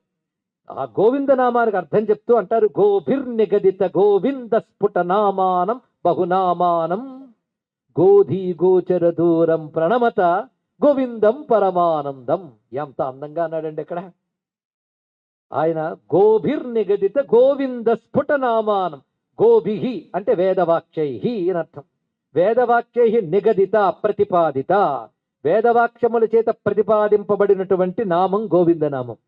ఆ గోవిందుడు ఎవరంటే వేదవాక్యముల చేత చెప్పబడుతున్నప్పటికీ ఆయన వాక్యాలకు అందడు. అది తెలుసుకో. వేదములు కూడా మేము మాటలతో చెప్తున్నా ఆయన గురించి, ఏమని ఏ మాటతో ఆయన చెప్పలేమని చెప్తున్నాం అన్నది ఇక్కడ. అది ఏతో వాచో నివర్తంతే అప్రాప్య మనసా సహా. కనుక వాక్కులు కూడా ఏ పరత్వాన్ని చేరలేవు. వాక్కులు అంటే గోవులే. అందుకే వాక్కులు ఆయన చేరలేవు. నీ బుద్ధి కూడా ఆయన చేరలేదు. అంటే వాక్కులకు అందడు, నీ ఊహలకు అందడు. ఇలా ఉంటాడు భగవంతుడిని ఊహించానండి, అయితే ఆయన భగవంతుడు కాడు. నీ ఊహకు అందడు, నీ వాక్కుకు అందడు. కనుక గోధీ గోచర దూరం అంటే వాక్కులకి మనస్సుకి అందే వాటికంటే దూరంగా ఉన్నటువంటి గోవిందం పరమానందం. ఆ గోవిందం పరమానందం మీరు పరిశీలిస్తే ఉపనిషత్ ప్రతిపాద్యమైన బ్రహ్మతత్వం ఏంటో చూపిస్తారు. ఆ బ్రహ్మతత్వం కృష్ణుడిగా ఎలా అనుగ్రహించిందో చూపిస్తుంటారు ఇక్కడ. అంతకంటే కృష్ణ భక్తి ఇంకేం కావాలి? అలా గోవిందం పరమానందంలో చూపిస్తారు. ఇక భజ గోవిందంలో ఆయన గోవిందుని భజించు, అదే నీకు మార్గము అని మాటి మాటికి బోధిస్తూ జీవించే విధానం అందరూ చెప్పారు. ఇక్కడ ఎలా జీవించాలి అంటే ఒక్కొక్క మాట చెప్తాడు ఇక్కడ. నిజ కర్మోపాత్తం ఎల్లభసే నిజ కర్మోపాత్తం విత్తంతేన వినోదయ చిత్తం. ఈ ఒక్క వాక్యాన్ని నిజానికి చిన్నప్పటి నుంచి నేర్పి ప్రతి ప్రభుత్వ కార్యాలయాల్లోని అదేవిధంగా రాజకీయ నాయకులు సమావేశమయ్యే చోట్ల ఈ వాక్యాలు కానీ రాస్తే ప్రపంచంలో అవినీతి సొమ్ము అనేది ఉండదండి. నేను చెప్తున్నాను. కనుక ఈ రోజు జరుగుతున్న శంకర జయంతి ఉత్సవాలు ఏదో ఒక మతానికి చెందిన వారు ఒక చోట కూర్చొని జరుపుకుంటున్నారు అనుకోకుండా మానవులైన ప్రతి వారు జరుపుకోవలసిన మహోత్సవం శంకర జయంతి ఉత్సవం తెలుసుకోండి. ఎందుకంటే యూనివర్సల్ అపీల్ ఎంత గొప్పగా ఉన్నది. ఎల్లభసే నిజ కర్మోపాత్తం. నాయన ఆశ పెంచుకుంటున్న కొద్దీ ప్రయత్నం పెరుగుతుంది, ప్రయత్నం పెరుగుతున్న కొద్దీ బహిర్ముఖత్వం పెరుగుతుంది, బహిర్ముఖత్వం పెరుగుతున్న కొద్దీ పరమాత్మకు దూరం అయిపోతాం. అందుకు స్వధర్మ ప్రకారంగా నీకేది లభించిందో దాంతో తృప్తి చెంది భగవంతుడిని ఆశ్రయించు. ఒక్క మాట చెప్తే స్వధర్మంతో లభించిందంత తృప్తి చెందుతూ, అంటే ఇక్కడ ధర్మాన్ని విడిచిపెట్టలేదు, తృప్తి ఉన్నది. ధనాశతో వెంపర్లాడడం లేదు, ఇది సిద్ధాంతం ప్రతివాడు అర్థం చేసుకుంటే ప్రపంచ క్షేమంగా ఉండదా చెప్పండి. లేదండి, నాకు అవసరమైన దానికంటే ఎక్కువ ఇచ్చాడు భగవంతుడు నీకు నిజంగా అనిపిస్తే తప్పకుండా నాకు ఎక్కువ ఇచ్చిన దానితో ఇంకొకరికి సహాయపడు. అందుకే దేయం దీన జనాయచ విత్తం నేయన్ సజ్జన సంగే చిత్తం. అది ఒక్క భజగోవింద శ్లోకాలు మాత్రం దగ్గర పెట్టుకుంటే బ్రతుకులు అది చాలండి మనం తరించిపోవడానికి. ఇది ఒక్కటి చాలు తరించిపోవడానికి అనే గ్రంథాలు వందల సంఖ్యలు ఇచ్చారు భగవత్పాలు వారు. ఏ ఒక్కటి పట్టుకున్నా మనం తరించిపోతాం. వ్యాస భగవాన్ని తర్వాత అంత విస్తారమైన సాహిత్యం ఇచ్చింది ఆదిశంకర భగవత్పాలు వారు. తెలుసుకోండి, ఏ ఒక్కటైనా భజగోవిందం ఒక్కటి చాలదా? ఎంత చక్కగా చెప్పారు. పోని పూజలకు విరుద్ధమైన ఎన్ని చోట్ల పత్రం పుష్పం ఫలంతో యోమే భక్త్యా ప్రేక్షితి దగ్గర ఆయన పూజా ప్రాధాన్యం భాష్యంలోనే చూపించారు ఇక్కడ చక్కగా. అదే విధంగా ఇంకో మాట అంటారు ఇక్కడ, గేయం గీతా నామ సహస్రం ధ్యేయం శ్రీపతి రూపమజస్రం నేయం సజ్జన సంగే చిత్తం దేయం దీనజనాయిత విత్తం. ఎప్పుడు నీకున్న దానిలో 10 మందికి సహాయపడటం నేర్చుకో అని చెప్పారు. ఇది ఒక్కటి నేర్చుకుంటే ఉన్నవాడు లేనివాడికి సహాయపడతాడు. ఏది ఉన్నవాడు ఏది లేనివాడికి అనేది ఎవరికి వాడు ఆలోచించుకోవాల్సింది. జ్ఞానం ఉన్నవాడు జ్ఞానం లేనివాడికి, ధనం ఉన్నవాడు ధనం లేనివాడికి, ఒకటి ఉన్నవాడు ఇంకా అది లేనివాడికి సహాయపడుతూ ఉంటే సమాజంలో సమతుల్యం వస్తుందా లేదా చెప్పండి. ఎంతకంటే సోషలిజం సాధించడానికి మరొక మార్గం ఎక్కడైనా ఉంటుందా? ఇంత చక్కటి మార్గాన్ని బోధించారు ఇక్కడ. దానికంటే ముందు గీత చదువు, విష్ణు సహస్రనామం చదువు అని చెప్పినప్పుడు శంకరులు విష్ణు భక్తులు కారా అండి? ఎందుకు శంకరులు అనగానే ఆయన ఏదో వైష్ణవానికి విరోధం అన్నది ఎందుకు బాధపడడం? ఆయన చెప్పిన శ్లోకాలు అర్థం చేసుకోవాలి. ఇక్కడ స్పష్టంగా మనకు కనబడుతున్నది. ఇక్కడ ఇంకొక విశేషమైనటువంటి మాట అందులోనే చెప్తున్నారు కదా, ఏమనంటే సకుడు తప్పి ఏ న మురారి సమర్చ క్రియతే తస్య యమోపి నచర్చ. ఎవడు ఒక్కసారి విష్ణువుని పూజిస్తాడో వాడు గురించి యముడు చర్చ చేయడు. అంటే వాడి గురించి ఆలోచించాడు, వీడు మన క్యాండిడేట్ కాదు లేని వదిలేస్తాడు. ఇక్కడ వాడి పని విష్ణువే చూసుకుంటాడు అని చెప్పాడు ఇక్కడ. ఇలా ఆయన కృష్ణ భక్తి ప్రబోధకంగా విష్ణు భక్తి ప్రబోధకంగా ఎన్ని గ్రంథాలు రచించారండి. అందుకే స్వామి అవినయమపనయ విష్ణు దమయ మన శమయ విషయ మృగతృష్ణాం భూతదయాం విస్తారయ తారయ సంసార సాగరత అని స్తోత్రం చేశారు ఆయన. ఇది స్తోత్రం చేసుకోని మనకు చెప్తున్నారు ఇక్కడ. ఇలా ఎప్పుడైనా అడిగారా మీరు ఎవరైనా విష్ణువు ముందు? ఎలా అడగాలో నేర్పారండి ఆయన. మనకు సంస్కృత శ్లోకాలకు అర్థం తెలుసుంటే ఈ చదవం మనం. ఎందుకంటే నాకు ఇవివ్వు అవివ్వు అని బోల్డ్ అడుగుతున్నాం. శంకరులు ఏది అడగాలో చెప్తున్నారు చూడండి. అయితే విష్ణువు ఏది పడు ఏదైనా ఇస్తాడు, నువ్వు ఏది అడిగినా అది ఇస్తాడు. దుర్లభమైన మోక్షమే ఇచ్చేటప్పుడు అది అడుగు. మోక్షం ఇవ్వడం అంటే అర్థం ఏంటి? సంసార సముద్రాన్ని దాటించాలి. కనుక నాకు కావలసిందేంటి? తారయ సంసార సాగరత. సంసార సముద్రం నుంచి దాటించు. దాటించుని ఊరికినే అడగాల? దానికి తగ్గ అధికారం ఉండాలా లేదా? నీకు ఉండాలి. అధికారం ఏమిటి? ఆ అధికారం కావాలండి. మోక్షం కావాలంటే ప్రతివాడు రెడీయే. అర్హుడు అవునా కాదా అంటే ప్రశ్నార్థకం. మోక్షం పొందిన అర్హత ఏమిటి? ముందు వినయం కలిగి ఉండాలి, తర్వాత దమం కలిగి ఉండాలి, శమం కలిగి ఉండాలి, భూతదయ కలిగి ఉండాలి. ఈ 4 ఉండాలి. నేను ఇప్పుడు ప్రారంభించింది 6 శ్లోకాలు చిన్ని గుచ్ఛంగా ఆదిశంకరులు అందించిన విష్ణు షట్పది. విష్ణు షట్పదికి పూర్ణ భాష్యం మనం చెప్పుకుంటే చాలు శంకరుల వైష్ణవం మనకు అర్థమవుతుంది. ఆ విష్ణు షట్పది ఎంత మధురం అండి. నేను మళ్ళీ హరిమీడే పట్టుకుంటే మాత్రం ఆ లోతైన అర్థాలతో శంకరుల వైష్ణవం చెప్పాలంటే కొన్ని రోజులు పడుతుంది. ఇక ప్రబోధ సుధాకరం పట్టుకుంటే కనీసం వారం రోజులు 9 రోజులు పడుతుంది. పట్టింది కూడా. ప్రబోధ సుధాకరంలో ఆయన చూపించిన కృష్ణ భక్తి. ఒక చోట అంటారు, ఆ చాణూరు ముష్టికులు ఎంత అదృష్టవంతులయ్యా కృష్ణ, వాళ్ళు మల్లయుద్ధం నీతో చేశారు. దేవతలకు నీ పాద ధూళి కూడా దుర్లభం. అలాంటిది నీ ఒళ్ళు రాసుకుని యుద్ధం చేశారు అంటే ఆ చాణూరు ముష్టికులు ఎంత అదృష్టవంతులో అంటూ ప్రబోధ సుధాకరంలో అనుగ్రహ ప్రకరణలో చూపించారు. ప్రేమ రూపమైన భక్తికి శంకరులు ఎవరి దగ్గర తీసిపోతారో చెప్పండి ఇక్కడ. అది శంకరుల యొక్క ప్రేమ రూప భక్తిని చూస్తూ ఉంటే తదనంతరం వచ్చినటువంటి సంగీతకారులు, ఆల్వారులు, నయనార్లు వీరందరూ కూడా శంకర భక్తిలో భాగమేగానే మనకు కనబడుతూ ఉంటారు. ఇంకో చోట అంటారు, అయ్యా కృష్ణాని అనుగ్రహం ఎంత గొప్పది. ఇది అనుగ్రహ ప్రకరణం అంటూ ప్రబోధ సుధాకరంలో చెప్తున్నటువంటి గొప్ప అంశం. అనుగ్రహావసరంలో అయముత్తమ అధమహ అని కూడా నువ్వు చూడు, ఎవరినైనా అనుగ్రహిస్తావు. ఎలాగో అంటే నీ దగ్గరకు వచ్చి విషమిద్దామని వచ్చిన పూతన్ని ముక్తినిచ్చేసావు. ఇంకా నువ్వే సర్వస్వంగా నీకు అర్పించిన నిష్కపటమైన గోపకులకు నువ్వు ఎటువంటి ముక్తిని ఇచ్చావు. కానీ ఎవరైనా సరే ఏ విధంగా నిన్ను ఆశ్రయించినప్పటికీ నువ్వు ముక్తినిస్తావు. ఇదే జగద్గురువులు మొదట అనుగ్రహ భాషణలో చెప్పిన భావానికి దగ్గరగానే ఉంది కదా ఇదే. అనుగ్రహ ప్రకరణంలో చెప్తారు అనుగ్రహావసరే, అనుగ్రహ సందర్భంలో నువ్వు ఇతడు ఉత్తముడు ఇతడు అధముడిని చూడు. ఎలాగూ అంటే లోహ సలాకా నివహే, లోహ సలాకా నివహాహ స్పర్శాస్మని భిద్యమానేపి స్వర్ణత్వమేతి లోహం అన్నారు ఇక్కడ. ఇనప ముక్కలు తీసుకొచ్చి పరుసువుకి ఎలా తగిలించినా అది బంగారంగా చేసేస్తుంది. కోపంగా తగిలించినా బంగారంగా మారుస్తుంది, ప్రేమగా తగిలించినా బంగారంగా మారుస్తుంది. పరుసువేది దాని పనేది. నువ్వు ఇనపముక్కలు కోపంగా తగిలించు బంగారం చేసేస్తుంది, ప్రేమగా తగిలించు బంగారంగా చేస్తుంది. అదే ప్రేమగా ఆశ్రయించినటువంటి, భక్తిగా ఆశ్రయించిన గోపికలు, గోపకులు, ఉద్ధవుడు, పాండవులు వారికి ఏ ముక్తినిచ్చావో వైరంతో ఆశ్రయించిన శిశుపాలాదునికి అదే ముక్తినిచ్చాడు. భయంతో ఆశ్రయించిన కంసాదునికి అదే ముక్తినిచ్చాడు. హింసాబుద్ధితో ఆశ్రయించిన పూతనాదులకు కూడా అదే ముక్తినిచ్చాడు అంటూ వ్యాఖ్యానం రాశారండి. కృష్ణ భక్తి ఎంత చక్కగా ప్రవహిస్తుందో ప్రబోధ సుధాకరం చూస్తుంటే.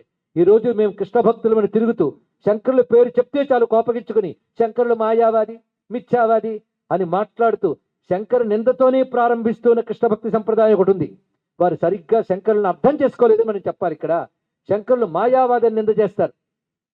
శంకరులు మాయావాది కాదు, మొదటి మాయావాది కృష్ణ పరమాత్మ తెలుసుకోండి. ఇక్కడ మీరు కృష్ణ భక్తులు అయితే మాత్రం మొదటి మాయావాది కృష్ణ పరమాత్మయే తెలుసుకోండి. నేను సంప్రదాయాల పేర్లు చెప్పట్లేదు, ఇక్కడ అందరికీ తెలిసినవే కనుక నేను చెప్పడం ఎందుకు, లోకం నాకంటే మీకు తెలుసు ఎక్కువగా. ఎక్కడ చెప్పాడు అంటే మాయా శబ్దం భగవద్గీతలో ఎన్ని మార్లు చెప్పాడో పరిశీలించండి. దైవీ ఏషా గుణమయి మమ మాయా దుర్చయ అన్నాడు ఆయన ఇక్కడ. అంటే మాయావాది ఎవడు? ఆయన ఇక్కడ. కనుక మాయ దాటాలంటే నన్నే ఆశ్రయించాలన్నాడు. మాయ దాటిపోతే ఆయనే ఉన్నాడు. కానీ మాయ దాటిపోతే ఉన్నదేది మాయ లేనివాడే. కానీ మాయ లేని వాడి గురించి శంకరులు చెప్పారు. కానీ అమాయకుడు శంకరాచార్య అని చెప్పారు ఇక్కడ. ఆయనకు మాయ లేదు, ఆయన ఎవడి గురించి చెప్పాడు వాడికి మాయ లేదు. కానీ శంకరులు మాయావది ఏంటండి బాబు? అయితే కృష్ణ పరమాత్మ ఉన్నాడే, ఆయన మాయను దాటిపోయాడు, మాయను కంట్రోల్లో పెట్టుకున్నాడు. అదే మాయకు లొంగిపోతే జీవులు, మాయను లొంగ తీసుకుంటే పరమాత్మ ఆయన ఇక్కడ పరమేశ్వరుడు. ఆ లొంగ తీసుకుని అనేక అవతారాలు చూపించాడు. పుట్టుకే లేనివాడు ఎన్నో రకాలుగా పుట్టాడు. కానీ పుట్టుక లేనివాడి గురించి శంకరులు చెప్తున్నారు. పుట్టుక లేనివాడే ఎన్నో రకాలుగా కలుగుతున్నాడు. నువ్వు ఎన్నో రకాలుగా కలగడాన్ని చూసి సత్యం అనుకుంటున్నావు. ఎన్నో రకాలుగా కలగడాన్ని మాయ చేస్తున్నాడు. ఇన్ని రకాలుగా లేకుండా ఒక్కడిగా ఉండడమే సత్యం. అది ఆయన అసలు రూపం అని చెప్పాడు. ఇది అద్వైతంలో ఉన్నాడు, మరొకటి కాదు. కనుక భగవంతుడు అసలు రంగు ఏంటో బయటపెట్టాడు ఆయన ఇక్కడ. అసలు రంగు వైష్ణవం, అది చూపిస్తున్నాడు ఇక్కడ. అందుకే ఆయన ఎప్పుడు ఆ ఏకమైనటువంటి తత్వమే అది ప్రతిపాదన చేస్తున్నారు ఇక్కడ. దాన్ని ఆయన ప్రబోధ సుధాకరంలో అంత చక్కగా ప్రకటించినటువంటి వాడు. ఇటు కొద్ది రూపంలో మనకి షట్పది అంటే 6 శ్లోకాల మహాగ్రంథం. 6 శ్లోకాల మహాగ్రంథం అన్నాను నేను, చిన్న గ్రంథం కాదు అది. భాష్యం రాస్తే మహాగ్రంథమే. మోక్షం పొందడానికి అర్హత కావాలి. అర్హత ఏమిటి? అధికార నిర్ణయం చేస్తున్నారు. మొదట వినయం కలగాలి. వినయం కలగాలి అంటే ఇప్పుడు మనకి వినయం లేదు కనుకే కలగాలని అడుగుతున్నావునా లేదా? వినయం కలగాలి కనుక వినయం లేదు. వినయం లేకపోవడాన్ని ఏమంటారండి? వినయము లేనితనము అనాలి. వినయం లేనితనాన్ని సంస్కృతంలో అవినయం అంటారు ఇక్కడ. కానీ అవినయం అపనయ, నా అవినయాన్ని పోగొట్టు అని అడుగుతున్నారు. ముందు అది కావలసినది. అది మొట్టమొదటి మెట్టు ఆధ్యాత్మిక సాధనలో వినయం కావాలి. కానీ మనకు అవినయం కావలసినంత ఉంది. కానీ అవినయం తొలగించమని అడగాలి. అంటే అధికారం నీకు తెచ్చుకుంటే కానీ మోక్షం రాదు. అధికారం రావాలి అంటే నీ అంతటి నీకు సాధ్యం కాదు. అందుకే భగవంతుడిని ఆశ్రయించి స్వామి అధికారం సంపాదించుకోవడం నా ప్రయత్నం నేను చేస్తాను, కానీ దయలేనిది అది రాదు. ఇది తెలుసుకోవాలి ఇక్కడ. అహంకార త్యాగం. అంతేగాని శమము దమము ఉంటే తప్పకుండా ఆధ్యాత్మిక సాధనకి పనికొస్తుంది, నిజమే.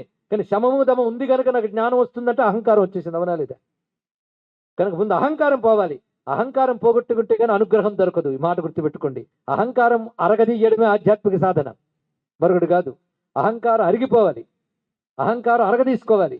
కానీ అహంకారం లేకుండా చేయమని అడగాలి. కనుక నా అహంకారాన్ని పోగొట్టు స్వామి అన్నాడు. అవినయ అపనయ విష్ణు అని ప్రారంభించాడు. ఇంకా అవినయం అనే శబ్దానికి చాలా అర్థాలు ఉన్నాయి. అది తెలిస్తే ఆధ్యాత్మిక సాధనకి చాలా పనికొస్తుంది. పేరుకు విష్ణు స్తోత్రంలా కనబడుతూ మన సాధనకు కావాల్సిన అంశాలన్నీ 6 శ్లోకాల్లో ఇచ్చేశారు ఆదిశంకరులు. అది మన ప్రమాణ గ్రంథంగా చెప్పుకోవడానికి ఇంకా మనకు 4 రోజులు ఉన్నాయి. కానీ అవినయం అపనయ విష్ణు. వినయం అంటే శిక్షణ అని అర్థం. విద్యా దదాతి వినయం. విన్నారు ఎప్పుడైనా? విద్య వల్ల వినయం వస్తుంది. వినయం అంటే అర్థం విద్య నేర్చుకోక ముందు నీలో ఎన్నో అవలక్షణాలు ఉన్నాయి. విద్య నేర్చిన తర్వాత అవలక్షణాలు పోయి సులక్షణం వచ్చింది. విద్య వచ్చిన తర్వాత నీకు శిక్షణ వల్ల ఏ సంస్కారం ఏర్పడిందో ఆ సంస్కారం పేరు వినయం. కనుక స్వామి నాకు అటువంటి సంస్కారం కావాలి, అది కావలసినది. కానీ శిక్షణ, సాధనలో శిక్షణ వల్ల ఒక మనస్సుకు సంస్కారం కావాలి. ఆ సంస్కారం ప్రధానంగా అహంకారాన్ని పోగొట్టుకోవాలి. కానీ అహంకారం, గర్వం ఇవన్నీ కూడా అవినయం అనే భావంలో ఉంటాయి. అవి తొలగాలి స్వామి ముందు అడిగారు. ఎందుకంటే నా ప్రయత్నం నేను చేస్తాను, అది నువ్వే తొలగించు, నువ్వే నాకు ఇంద్రియ నిగ్రహం అని అడుగుతారండి ఎవడైనా? ఆ అడగడంలో కూడా నా ప్రయత్నం నేను చేస్తాను, కానీ నీ అనుగ్రహం లేనిది ఇది రాదు అని తెలుసుకోవాలి. ఆ చెప్పడంలో కూడా అహంకారం లేదు చూస్తారు ఇక్కడ. అంత చక్కగా చెప్పారు. అందుకే అభినయం అపనయ విష్ణు. ఇక ఆ తర్వాత అన్నదేంటో రేపు తెలుసుకుందాం. ఆ భగవన్ నామములు ఎంత మధురంగా అందులో భగవత్పాదులు వారు పలుకుతారో చూస్తూ ఆదిశంకరులు విష్ణు భక్తిని ఇక్కడ ప్రతిష్ఠ చేసుకుందాం. సర్వం శ్రీకృష్ణ చరణారవిందార్పణమస్తు.